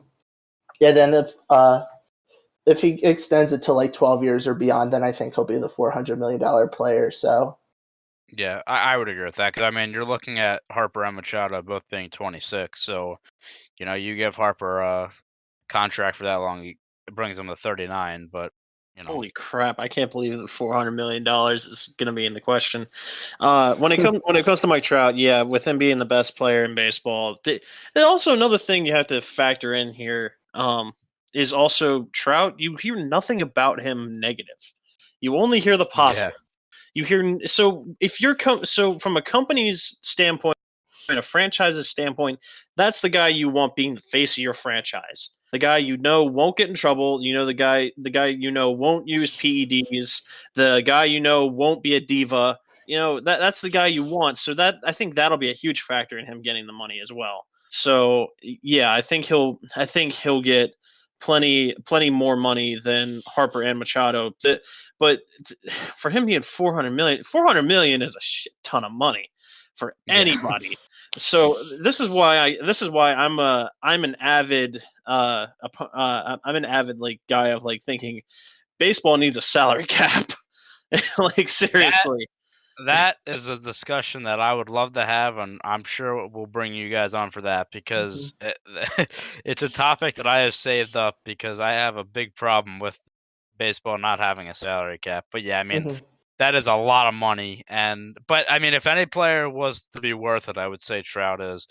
That would be a hell of an outfield in Philly, though, if they got Trout and Harper. But on that, we'll wrap up the conversation. It was a good one, and yeah, I mean, it's kind of been crazy. I mean, we've kind of talked about this throughout the whole process, but it took until really February 28th for both of these players, the top two free agents in baseball this year, to get signed, which is kind of insane. And had to keep it interesting, right? Had to push up the stock value as much as they possibly could.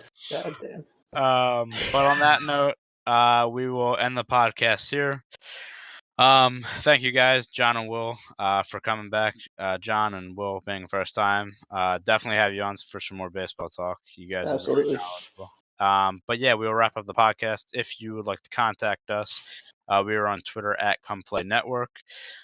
We will be back next week for episode 23. Hopefully, Brendy and Zach will be accountable, or will be accounted for on that. Not held accountable. They'll be held accountable for their actions already. Throw the shade, please. That is not how it was supposed to come out, but it did. Shade hit me all the way over here. Oh my God. But yeah, like I said, thanks guys, and we will see you next week for episode 23 of the Come Play podcast.